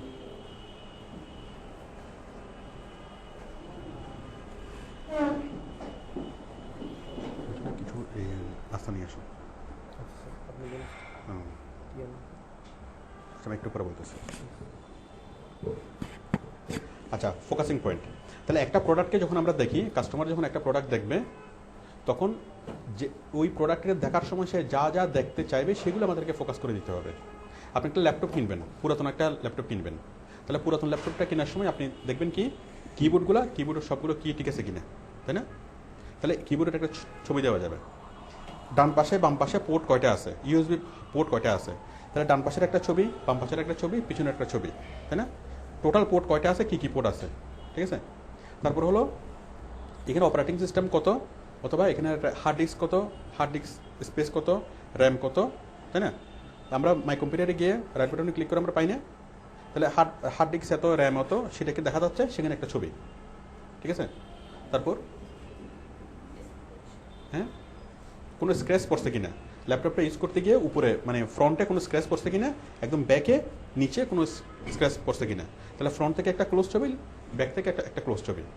তাহলে আমি এভাবে 5-6টা ছবি যখন দেবো, তখন মানুষ যখন আমার এই প্রোডাক্টটা দেখবে তখন সে পরিপূর্ণভাবে স্যাটিসফাইড হতে পারবে যে সে যা যা দেখতে চাইছিল সব কিছু আছে, যার ফলে তার সিদ্ধান্ত নেওয়াটা সহজ হবে, ঠিক আছে? আচ্ছা, আমরা শার্টের ক্ষেত্রে আরও যেটা দিতে পারি, বলেন আর কি দেওয়া যায়? আমরা ছবি দেবো 4-5টা, আমরা ইমেজ দেবো, এরপর আমরা আরও যেটা দিতে পারি সেটা হলো, হ্যাঁ, এই যে জিনিসগুলো আমরা ছবি দিয়ে বোঝালাম, ছবির পরিবর্তে ছবির পাশাপাশি আমরা অ্যানিমেশন দিতে পারি, আমরা ভিডিও দিতে পারি, তাই না? মনে করেন এইটা এই রংটা খুব ভালো, সহজে রং উঠে না, আমরা এই জিনিসটা কি, এই জিনিসটা ছবি দিয়ে দেখানো যাবে না, কিন্তু ভিডিও দিয়ে দেখানো যাবে না?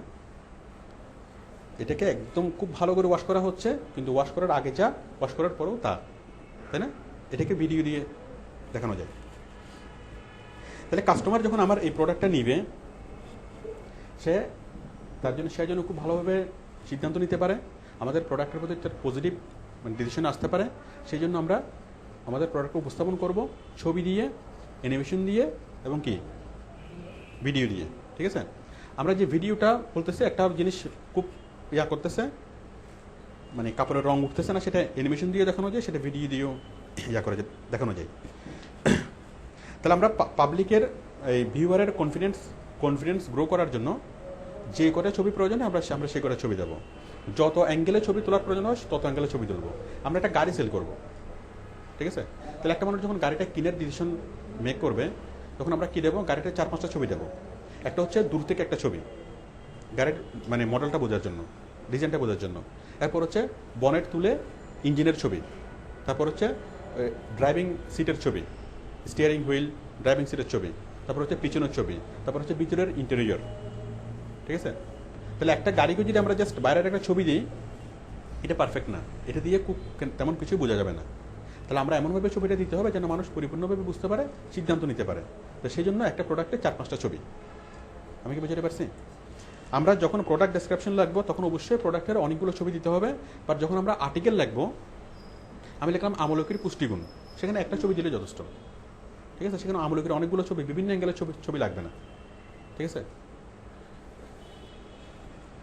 তাহলে প্রোডাক্ট ডেসক্রিপশনের জন্য আমরা ভালো একটা টাইটেল দেবো এবং ছবি দেবো 4-5টা ইমেজ দেবো, এবং প্রত্যেকটা ইমেজ থাকবে ফোকাসিং পয়েন্টগুলোকে সিলেক্ট করে। এবং আমার এই ছবিগুলো প্রতিনিধিত্ব করবে কার? আমাদের টাইটেলে যা যা বলা হয়েছে সেই টাইটেলের বিষয়গুলোকে ছবি দিয়ে প্রমাণ করতে হবে। ক্লিয়ার? তাহলে মানুষ যখন আমাদের এটা দেখবে, দেখার পর মানে যখন সে হেডিংটা পড়বে, হেডিংটা পড়ার পর তার মনে একটু কি কোশ্চেন তৈরি হবে, আসলে কি সত্যি? তখন সে ছবির দিকে তাকাবে, ছবির দিকে তাকায় তার মনে হবে কি, হ্যাঁ মনে হয় যে সত্যি।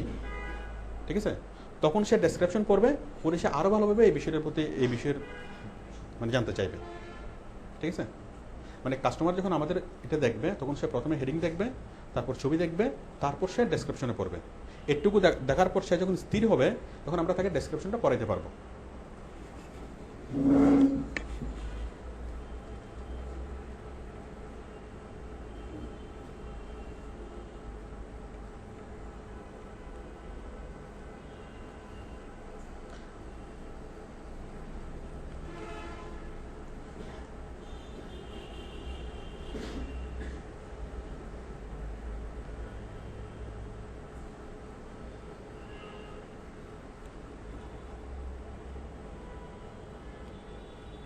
তাহলে আমরা দিলাম হেডিং,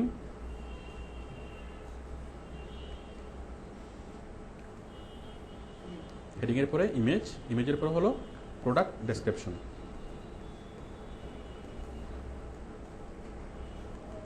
আমরা ডেসক্রিপশনে লাগবো পয়েন্ট আকারে, পয়েন্ট 1 নম্বর, 2 নম্বর, 3, 4 এভাবে পয়েন্ট আকারে লাগবো। এবং পয়েন্ট আকারে যখন লাগবো, তখন আমাদের এই ডেসক্রিপশনটা প্রতিনিধিত্ব করবে কার? হেডিংয়ের।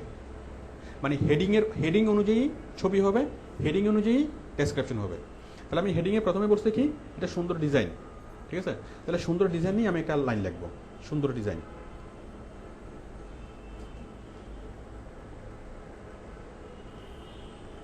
এটা কেন সুন্দর ডিজাইন? এই ডিজাইনের নাম কি? এই ডিজাইনটা কোত্থেকে ইম্পোর্ট হয়েছে, কোত্থেকে এটা মানে ক্রিয়েট হয়েছে? সুন্দর ডিজাইন নিয়ে আমি কি এখানে কিছু কথা লিখবো। 2 নম্বর হলো টেকসই। ঠিক আছে? টেকসই নিয়ে আমি এখানে কিছু কথা লিখবো। এটা কেন টেকসই, কিরকম সুতা দিয়ে তৈরি, ঠিক আছে, টেকসই হওয়ার কারণ কি, এটা নিয়ে আমি কিছু কয়েক লাইন লিখবো। 3 নম্বর হলো উন্নত মানের।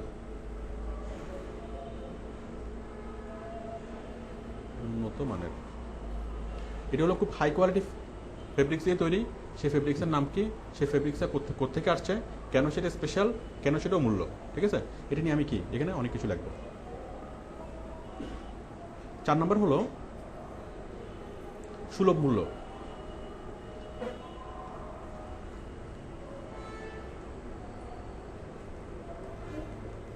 তাই না? সুলভ মূল্য। এটা কেন সুলভ মূল্য? ঠিক আছে? কারণ কোম্পানি অনেক বেশি পরিমাণে প্রডিউস করে, সে কারণে কোম্পানি কম দামে দিতে পারে। এরকম যুক্তিসঙ্গত কিছু বিষয় থাকবে। ঠিক আছে? সুলভ মূল্য কেন? তারপর থাকবে স্টক লিমিটেড কেন? ঠিক আছে? এটা নিয়ে আমরা একটু থাকবে, কিছু কথা থাকবে। তাহলে আমাদের প্রোডাক্ট ডেসক্রিপশনের আমরা যদি এভাবে লিখি, সুন্দর ডিজাইন লেখে কোলন, এটা হচ্ছে মানে ডেসক্রিপশনের মধ্যে অনেকগুলো হেডিং থাকবে, এবং প্রত্যেকটা হেডিং প্রতিনিধিত্ব করবে কার? আমাদের মূল হেডিংয়ের। ঠিক আছে? সুন্দর ডিজাইন, কেন সুন্দর ডিজাইন সেটা এটা। টেকসই, কেন টেকসই, বিস্তারিত বিবরণ। উন্নত মানের, কেন উন্নত মানের। সুলভ মূল্য, কেন সুলভ মূল্য। এটুকু ক্লিয়ার?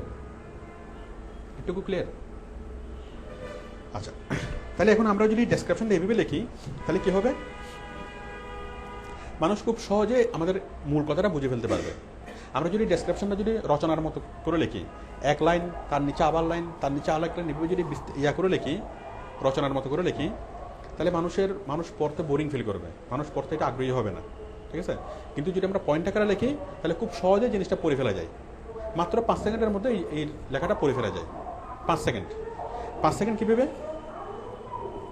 মানুষ জাস্ট হেডিংটা পড়বে, বড়জোর তার 1 সেকেন্ড অথবা 2 সেকেন্ড লাগবে, ছবিটা দেখবে বড়জোর কত 1 সেকেন্ড বা 2 সেকেন্ড, আর ডেসক্রিপশনের মধ্যে জাস্ট কয়টা ওয়ার্ড সে পড়বে, সুন্দর ডিজাইন, টেকসই, উন্নত মান, সুলভ মূল্য, জাস্ট কয়েকটা শব্দ পড়বে, এটা লাগবে তার বড়জোর 1 সেকেন্ড অথবা 2 সেকেন্ড, তাই না।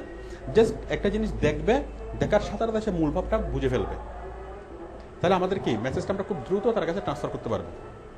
এটুকু মেসেজ ট্রান্সফার করার পর সে যদি স্যাটিসফাই হয়, তখন সে আরও ভালোভাবে এই ডেসক্রিপশনের ইয়াগুলো পড়বে, মানে এই হেডিংয়ের ডেসক্রিপশনগুলো পড়বে। মানে প্রথম দেখাতে সে ডেসক্রিপশনগুলো পড়বে না, জাস্ট ডেসক্রিপশনের হেডিংগুলো পড়বে। হেডিংগুলো পড়লেই কি সে মোটামুটি বুঝতে পারবে।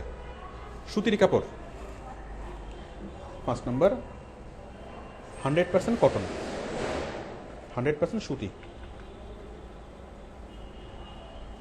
তাহলে 100% সুতি, এটার যে সেন্স, আমরা যদি লিখি এই কাপড়খানা 100% সুতি দ্বারা তৈরি করা হয়েছে, সেম সেন্স না? এই কাপড়খানা 100% সুতা দ্বারা, এই কাপড়খানা 100% খাঁটি সুতা দ্বারা তৈরি করা হয়েছে, একটা বিশাল লাইন, তাই না? এই বিশাল লাইনটিকে আমরা অত লম্বা না বলে আমরা খুব সংক্ষেপে বলতে পারি 100% কটন অথবা 100% সুতি, ঠিক আছে, অথবা খাঁটি সুতি। আমরা খুব সংক্ষেপে পুরো লাইনটাকে আমরা এক্সপ্রেস করতে পারি। তো যখন আমরা ওয়েবে লিখবো তখন কখনোই অত লম্বাভাবে লাইন লেখা যাবে না, যেটাকে সংক্ষিপ্তভাবে বোঝানো সম্ভব সেটাকে সংক্ষিপ্তভাবেই লিখতে হবে। বড় করে লিখলে ওয়েবে মানুষ পড়বে না। তার কারণ হলো, যখন আমরা পেপার পড়ি তখন আমরা খুব ধীর স্থিরভাবে পত্রিকা পড়ি, তাই না? যখন বই পড়ি তখন খুব শান্তভাবে ধীর স্থিরভাবে আমরা কি পত্রিকা পড়ি, বই পড়ি, কিন্তু আমরা খুব ধীর স্থিরভাবে নেট ইউজ করি না। যখন আমরা নেট ইউজ করি তখন আমাদের মধ্যে একটা মানে তাড়াহুড়া থাকে, খুব দ্রুত আমরা সব কিছু পড়ে ফেলতে চাই। আর একটা পেপারে যত ভালোভাবে পড়া যায়, মোবাইল স্ক্রিন থেকে অত ভালোভাবে জিনিসটা পড়া যায় না। সেই জন্য মোবাইল স্ক্রিন থেকে অথবা ল্যাপটপ থেকে মানুষ চায় কি কত দ্রুত পড়ে ফেলা যায়, কত দ্রুত পড়ে এটার মর্ম উদ্ধার করে ফেলা যায়, ঠিক আছে। অত দ্রুত অত সময় নিয়ে মানুষ পড়ে না। তো আমাদের লক্ষ্য থাকবে আমরা যে ডেসক্রিপশনগুলো লিখবো, আমরা অনেক কিছু লিখবো, অনেক বিস্তারিত বিবরণ লিখবো, অনেক ভালোভাবে লিখবো, কিন্তু সেটা মাত্র 5 মিনিটের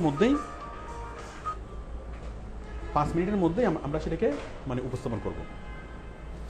5 সেকেন্ড, ঠিক আছে। এই যে আমরা ডেসক্রিপশন লিখতেছি, ছবি দিচ্ছি, আমরা অ্যানিমেশন দেবো, আমরা এই প্রোডাক্টের ডেসক্রিপশন লিখবো, সব কিছু লিখবো, কিন্তু একটা মানুষকে বুঝিয়ে ফেলতে হবে কয় সেকেন্ডের মধ্যে? 5 সেকেন্ডের মধ্যে। মানুষ জাস্ট এটার দিকে তাকাইয়া জাস্ট 5 সেকেন্ড দেখবে, 5 সেকেন্ড দেখলে কি সে সব কিছু বুঝে ফেলবে যে এটাতে কী বলতে চাইছে, ঠিক আছে। এই 5 সেকেন্ডের মধ্যে যদি আমরা তার মধ্যে অ্যাট্রাকশনটা তৈরি করতে পারি, আমাদের এই প্রোডাক্টটা একটা ইম্পর্টেন্ট প্রোডাক্ট, এটা এক্সেপশনাল প্রোডাক্ট, এবং এই প্রোডাক্টটা নাই, এবং এই প্রোডাক্টটা তার জন্য দরকারি, ঠিক আছে, তার জন্য দরকারি, এবং এই প্রোডাক্টটা না হলে তার লাইফটা অর্থহীন, ঠিক আছে। এটা যদি আমরা তাকে বুঝাতে পারি তাহলে কী হবে? তখন সে প্রোডাক্টটা কিনতে আগ্রহী হবে না, ঠিক আছে। মানে এই প্রোডাক্টটা না হলে আপনার লাইফ অর্থহীন, এই জিনিসটা বোঝানোটা খুব গুরুত্বপূর্ণ। কারণ একটা শার্ট বিক্রি হবে, হ্যাঁ, এখন এই শার্ট কি মনে করেন একটা ছেলের তার 20টা শার্ট আছে, অনেকগুলো শার্ট আছে, হ্যাঁ, এখন যার শার্ট আছে তার কাছে কীভাবে বিক্রি হবে? তাকে যে কোনোভাবে বুঝাতে হবে যে এটা এমন একটা জিনিস, যে জিনিসটা না কিনলে কি তুমি আপ টু ডেট না, তুমি স্মার্ট না, হ্যাঁ, এই জিনিসটা কিনলে স্মার্ট। আমি কি বুঝতে পারছি? মানুষের মধ্যে কৃত্রিম শূন্যতা তৈরি করা। যাই হোক, এগুলো বড় বড় মাল্টিন্যাশনাল কোম্পানিগুলোর স্ট্র্যাটেজি। তাহলে মূল স্ট্র্যাটেজিটা বুঝে গেল। জিনিসগুলো লিখতে হবে খুব, আমরা অনেক কিছু লিখবো কিন্তু বুঝাই ফেলবো মাত্র 5 সেকেন্ডের মধ্যে। আপনি একটা প্রোডাক্ট ডেসক্রিপশন লেখার পর আপনি নিজে পড়ে দেখবেন যে 5 সেকেন্ডের মধ্যে সেটা বোঝা যাচ্ছে কিনা। যদি বোঝা যায় তো ওকে, ঠিক আছে। তাহলে আমরা এই ডেসক্রিপশনগুলো পয়েন্ট আকারে লিখবো এবং এখানে বিস্তারিত বিবরণ লিখবো। তাহলে মানুষ যখন প্রথম দেখবে, প্রথম দেখার সময় সেই বিবরণগুলো পড়বে না, এই যে পরবর্তীতে যে এগুলো থাকবে সেগুলো পড়বে না। 5 সেকেন্ডের মধ্যে এগুলো বাদ দিয়ে সে হেডিং দেখবে, ইমেজ দেখবে এবং ডেসক্রিপশনের হেডিংগুলো দেখবে, সে 5 সেকেন্ডের মধ্যে বোঝা যাবে। 5 সেকেন্ডের মধ্যে যদি সে ইমপ্রেস হয় তখন সে এই ডেসক্রিপশনের হেডিংয়ের পাশে লাইন বাই লাইন সে পড়বে, ওরা আরও ভালোভাবে জিনিসটা বোঝার চেষ্টা করবে। যখন পড়বে সে তখন আরও বেশি ইমপ্রেস হবে, তাই না? তখন সে একটা ডিসিশন মেক করবে, ঠিক আছে? কেনার জন্য একটা ডিসিশন সে মেক করবে। কেনার জন্য যখন সে ডিসিশন মেক করবে তখন আমরা অ্যাট লাস্ট নিচে কি দেবো? কন্ট্যাক্ট দেব।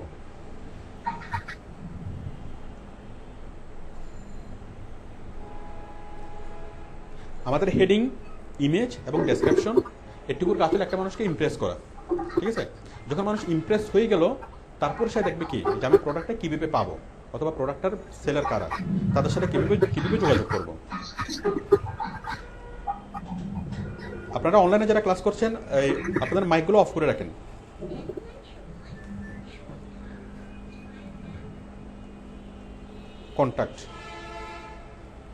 কন্ট্যাক্ট থাকবে, এটা কোম্পানির অ্যাড্রেস থাকবে, ফোন নাম্বার থাকবে, ওয়েবসাইট থাকবে। তাহলে আমরা অথবা শুধুমাত্র ফোন, প্রথম হচ্ছে ফোন, তারপর হচ্ছে ওয়েবসাইট, জাস্ট এই দুটি জিনিসই এনাফ কন্ট্যাক্টের জন্য, ঠিক আছে? এই প্রোডাক্টটা পড়ার পর যে পড়লো তার কি এই বিষয়টা খুব পছন্দ হয়েছে, এখন সে এই প্রোডাক্টটা কিনতে চায়। কেনার জন্য কী করবে? সে প্রথমে ফোন নাম্বারে ফোন করবে, নিচে ফোন নাম্বার থাকবে, ফোন নাম্বারে সে ফোন করবে। হ্যাঁ, এখন সে চাচ্ছে কি সে কোম্পানিতে সরাসরি যাবে, তখন নিচে ওয়েবসাইট আছে, ওয়েবসাইটের মধ্যে কোম্পানির অ্যাড্রেস থাকবে, কোম্পানির ফ্যাক্স থাকবে, কোম্পানির ইমেল থাকবে, যত কন্ট্যাক্ট আছে সবগুলো কন্ট্যাক্ট এখানে থাকবে, ঠিক আছে? কোম্পানির অনেকগুলো ফোন নাম্বার, অনেকগুলো ইমেল, অনেক কিছু থাকবে। তাহলে একটা ফোন নাম্বার আর কি একটা ওয়েবসাইট, কন্ট্যাক্ট। তাহলে আমরা একটা মানুষকে কী করতেছি প্রোডাক্ট ডেসক্রিপশনের মাধ্যমে, ধরেন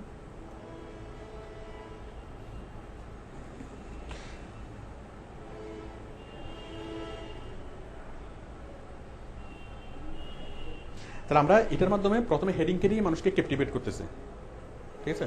হেডিংয়ের পরে ছবি দিয়ে মানুষকে বোঝাচ্ছি, তার মধ্যে সে কনফিডেন্সটা গ্রো করতেছে। দেন ডেসক্রিপশন দিয়ে তাকে আরও ভালোভাবে জিনিসটা সম্পর্কে বোঝাচ্ছি। বোঝার পর সে ইমপ্রেস হবে, ইমপ্রেস হওয়ার পর সে কিনার ডিসিশন মেক করবে। যখন সে কিনার ডিসিশন মেক করবে তারপর সে আমাদের কন্ট্যাক্টে যোগাযোগ করবে। আমি কি বুঝতে পারছি? এটা হলো প্রোডাক্ট ডেসক্রিপশন। তাহলে আমাদের প্রোডাক্ট ডেসক্রিপশনে কয়টা অংশ? হেডিং, ইমেজ, ডেসক্রিপশন এবং কন্ট্যাক্ট, এটুকুই। এর বাইরে আর কোনো কিছু দরকার নেই। এখন দেখেন, এখন আপনি যখন যে কোনো প্রোডাক্টকে যদি আপনি দেখেন, এখন আপনি খুব সহজে বুঝতে পারবেন যে প্রোডাক্ট ডেসক্রিপশনটা সঠিক নাকি সঠিক না, এটাকে আরও কত ভালোভাবে লেখা যাইতো, অথবা তারা কী কী ভুল করছে, ঠিক আছে? এখন আপনি অনলাইনে দেখেন, আমরা অনলাইনে কিছু প্রোডাক্ট ডেসক্রিপশন দেখি। আচ্ছা, তার আগে আমি বলি, আপনারা একটুকু মানে বুঝে গেল আমাদের যে উদ্দেশ্য, প্রোডাক্ট ডেসক্রিপশন রাইটিংয়ের উদ্দেশ্য কি বলেন? মানুষকে ইমপ্রেস করা। এখানে দুই রকমের মানুষ, একটা হচ্ছে যাদের এই প্রোডাক্টটা লাগবে তাদেরকে ইমপ্রেস করা, আবার যাদের লাগবে না তাদেরকে ইমপ্রেস করা। আমি কি বুঝতে পারছি? যারা কাস্টমার তাদেরকেও, যারা কাস্টমার না তাদেরকেও। আচ্ছা, এখন আমরা যতটুকু দেখলাম, আমরা প্রোডাক্ট ডেসক্রিপশন রাইটিং যতটুকু শিখলাম, এখন আমরা কম্পেয়ার করতে পারবো। যে কোনো প্রোডাক্ট মানে ডেসক্রিপশনের সাথে আমরা এখন কম্পেয়ার করতে পারবো, অথবা আরও কী করা যায় সেটা আমরা বুঝতে পারবো। আমরা আজকে ডিলে দেখি, gents full sleeve T shirt blue. বলেন হেডিংটা কি ঠিক আছে? হেডিংটা ঠিক আছে? এখানে আরো অনেক কিছু, এখানে কি কোনো গুণ আছে, ইমোশন আছে? তার মানে এখানে শুধুমাত্র gents full sleeve T shirt, এটা জাস্ট প্রোডাক্টের নাম, এখানে কোনো প্রোডাক্টের গুণ দেওয়া নাই। গুণ আছে? এখানে কোনো গুণও দেওয়া নাই, কোনো ইমোশনও দেওয়া নাই, আবার কোনো আর্টিফিশিয়াল ইম্পর্টেন্সও দেওয়া নাই, তাই না? এটাকে আরও সুন্দরভাবে করা যেত না? নতুন ডিজাইনের, আকর্ষণীয়, মনোরম, এরকম অনেকগুলো শব্দ ইউজ করা যেত, তাই না? বাট এখানে কোনো কিছুই কি করা হয়নি, তার মানে কোনো ইমোশন নেই। তাহলে আমরা কি স্পষ্টভাবে বুঝতে পারতেছি যে এটা কি, এখানে আরও কিছু করার ছিল। তার মানে এই কোম্পানির জন্য যে প্রোডাক্ট ডেসক্রিপশন লেখে, তার মানে সে কি অতটা পারফেক্ট না, তার আরও অনেক কিছু করার আছে, বাট এগুলো কি করা হচ্ছে না। যদি করা হইতো কোম্পানি সেল পারতো না। কোম্পানি এখন যে পরিমাণ সেল করে, যদি আকর্ষণীয়ভাবে লেখা হইতো তার চেয়ে আরও বেশি পরিমাণে কোম্পানি সেল করতে পারতো। তারপর দেখেন ছবি দিচ্ছে শুধু একটা, এটা কি ঠিক আছে?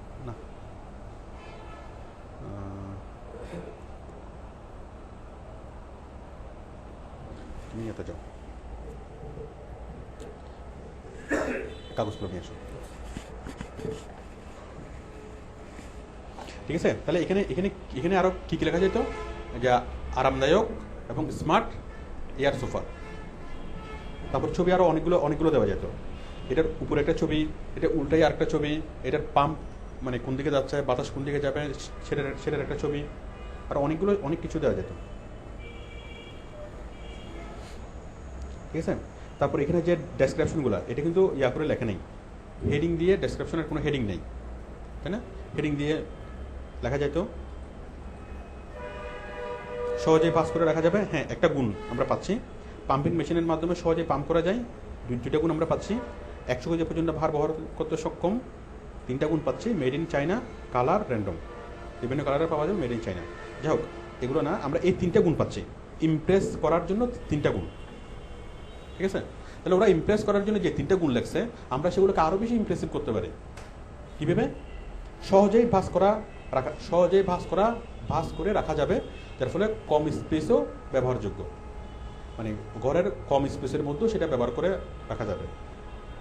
পাম্পিং মেশিনের মাধ্যমে সহজে পাম্প করা যায়, প্রায় 100 কেজি পর্যন্ত ভার বহন করতে পারে। আমরা যদি চিন্তা করি, এখানে নিয়ে আমরা আরও কিছু ইমপ্রেসিভ কথাবার্তা পাবো, আরও বেশি আমরা কি মানে গুণগুণ পাবো।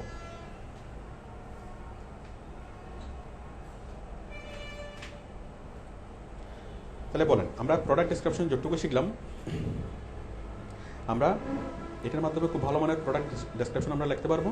ঠিক আছে, যারা কোন ধরনের কোম্পানি নিয়ে আমরা কাজ করতে পারবো, যারা ই কমার্স কোম্পানি, যেমন askeddeal.com একটা ই কমার্স কোম্পানি, আমরা তাদের বিভিন্ন প্রোডাক্টের ডেসক্রিপশন লিখতে পারবো।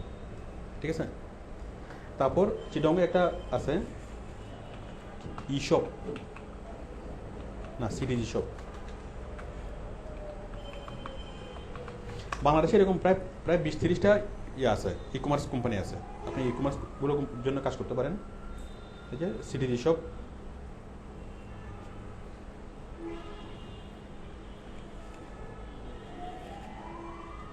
তাদের কাজটা ঠিকভাবে হচ্ছে কিনা আপনি দেখেন। টি শার্ট,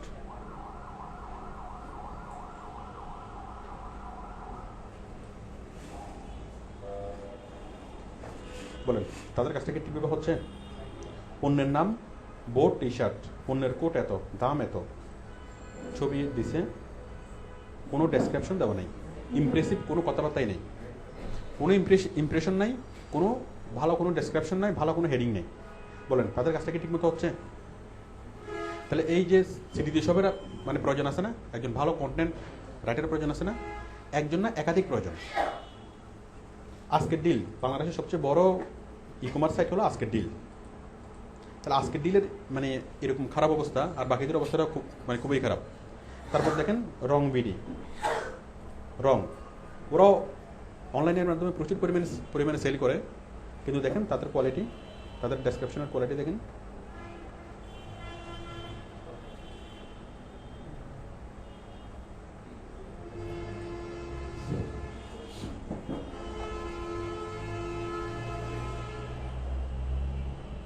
ছবি, শাড়ি, SDL, বলেন বিষয়গুলো কি আপনাদের পছন্দ হয়েছে? মানে ডেসক্রিপশন কি আপনাদের পছন্দ হচ্ছে? মানে হ্যাঁ, এখানে তো কোনো ডেসক্রিপশনে নেই, পছন্দ হওয়ার মতো এখন কিছু হয় নাই, কারণ কোনো ডেসক্রিপশনে তো নেই, কোনো হেডিংই নেই। এটাকে কি হেডিং বলা যাবে?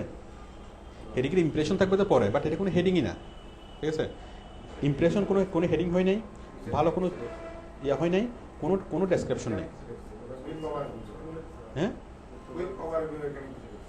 কোথায় কুইক ওভারভিউ, শাড়ি এত, স্ক্রিন প্রিন্ট, এমব্রয়ডারি, বলাকা, সিল্ক। হ্যাঁ, জাস্ট একটুকু ইম্পর্টেন্ট, একটুকু দিয়ে মানুষ ইমপ্রেস হবে না। কারণ আমি যদি বলি যে এমব্রয়ডারি করা শাড়ি অনেক পাওয়া যাবে, স্ক্রিন প্রিন্ট করা শাড়ি অনেক পাওয়া যাবে, বলাকা সিল্কের শাড়ি অনেক পাওয়া যাবে, কিন্তু এগুলো হওয়া সত্ত্বেও আমার এটা কেন এক্সেপশনাল সেই জিনিসটাকে এখানে বলা হয় নাই। কোনো মানুষ যদি জিজ্ঞেস করে যে আমি অমুক শোরুম থেকে না কিনে এই শাড়িটা কেন কিনবো, তাহলে এটার অ্যান্সারটা এখানে নেই। ঠিক আছে, আমরা যখন একটা প্রোডাক্ট ডেসক্রিপশন লাগবে, তখন সেখানে একটা সুস্পষ্ট একটা অ্যান্সার থাকবে যে আমি অমুক কোম্পানির না কিনে তোমার কোম্পানির প্রোডাক্ট কেন কিনবো, সেটার অ্যান্সারটা কোথায় থাকবে? ডেসক্রিপশনের মধ্যে দেওয়া থাকবে। কেন কেন কিনবেন? কারণ আমাদের এটা কেনাটাকে যে অনেক দিক দিয়ে সুবিধাজনক। হ্যাঁ, আপনি আমাদের এটা কিনলে আপনি বেনিফিটেড হবেন, ঠিক আছে? এটা অনেকভাবে এটা বোঝানো যায়। কোনটা? আচ্ছা, এডিশনাল ইনফরমেশন কই?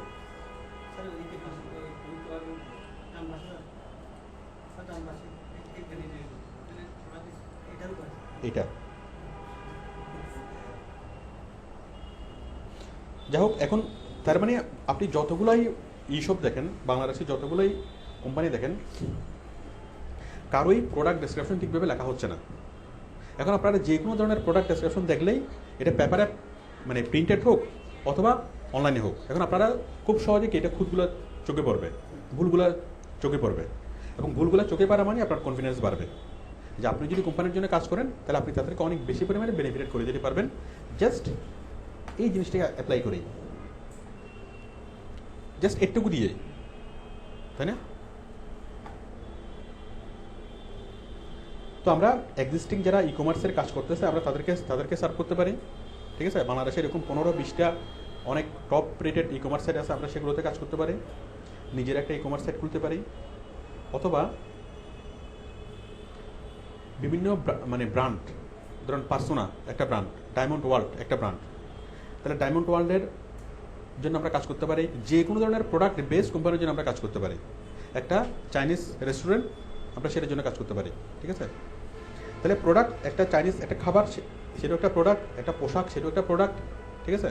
আবার একটা কোচিং সেন্টার সেটা একটা সার্ভিস, একটা নাপিতের দোকান সেটা একটা সার্ভিস, মানে যে কোনো ধরনের প্রোডাক্ট অর সার্ভিস কোম্পানির জন্য আমরা কাজ করতে পারি। প্রোডাক্টের যেরকম ডেসক্রিপশন লেখার প্রয়োজন হয়, সার্ভিসেরও ডেসক্রিপশন লেখার প্রয়োজন হয়। সার্ভিস কি? একটা নাপিতের দোকান একটা সার্ভিস, তাহলে ওর জন্য এরকম কাট কত টাকা, সেরকম কাট কত টাকা, ঠিক আছে? আবার হেয়ার কালার কত টাকা, হ্যাঁ, হেয়ার কালার মানে একটা সার্ভিসের নাম, সার্ভিসের ডেসক্রিপশন কী কী সার্ভিস দিবে এবং সার্ভিসের টাকা, ওটা একটা না ডেসক্রিপশন না? তাহলে আমরা যদিও বা এটিকে বলতেছি প্রোডাক্ট ডেসক্রিপশন, আসলে এটা হবে প্রোডাক্ট অ্যান্ড সার্ভিস ডেসক্রিপশন। আমি কি বুঝতে পারছি? একটা কোচিং সেন্টারের জন্য যদি আমরা লিখি, তাহলে একটা কোচিং সেন্টার সার্ভিস, অমুক ক্লাস, কী কী পড়ানো হবে, কীভাবে পড়ানো হবে, কী কী আছে না আছে সব কিছু লিখলাম, লিখে কি এটা একটা ডেসক্রিপশন।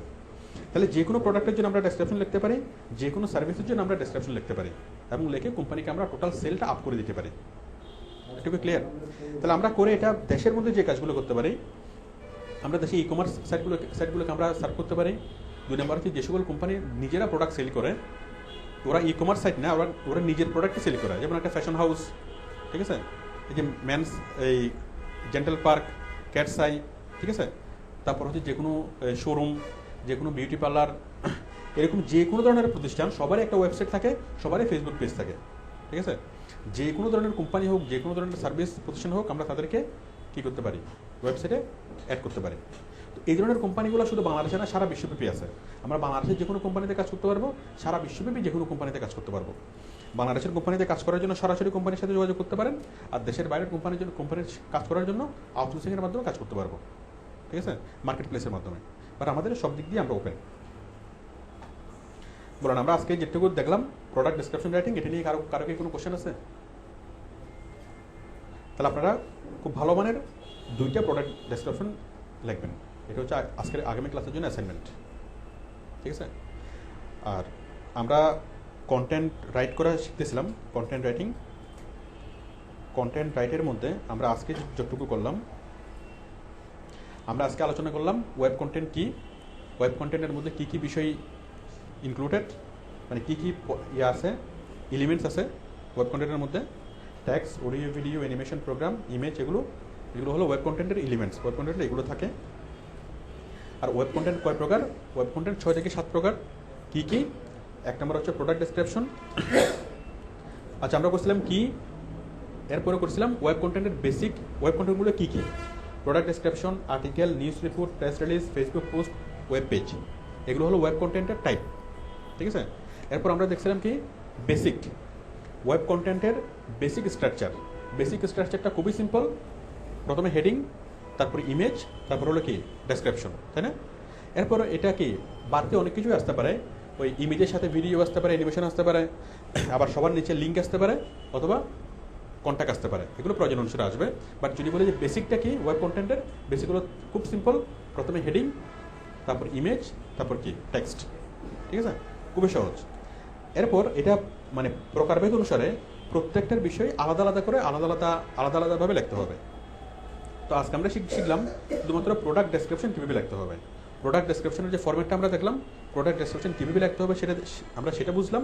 এবং প্রোডাক্ট ডেসক্রিপশন লেখার পর আমরা কাদেরকে আমরা সার্ভ করতে পারবো, আমরা কাদেরকে বেনিফিট করতে পারবো, যেসব আমরা মানে সে সম্পর্কে জানলাম। আমরা আগামী ক্লাসে শিখবো আর্টিকেল লেখার ফরম্যাট, আর্টিকেল কীভাবে লিখবো, আর্টিকেল লেখার জন্য রিসোর্সগুলো কীভাবে কালেক্ট করবো, আর্টিকেল লিখে আমরা কাদের কাজ করতে পারবো, কীভাবে কোম্পানিকে সার্ভ করতে পারবো, ঠিক আছে।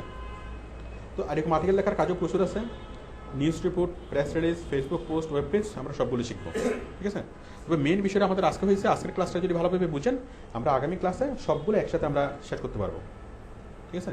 আমরা আগামী ক্লাসে এই 5টা একসাথে শিখবো, হচ্ছে নেক্সট ক্লাস।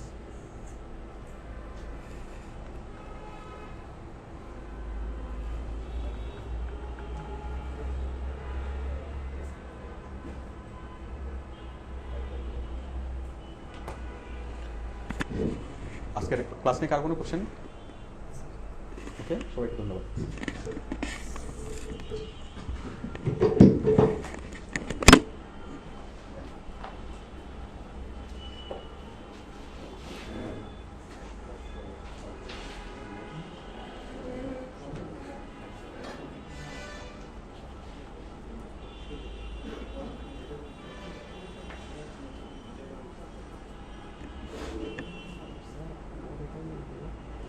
Writing.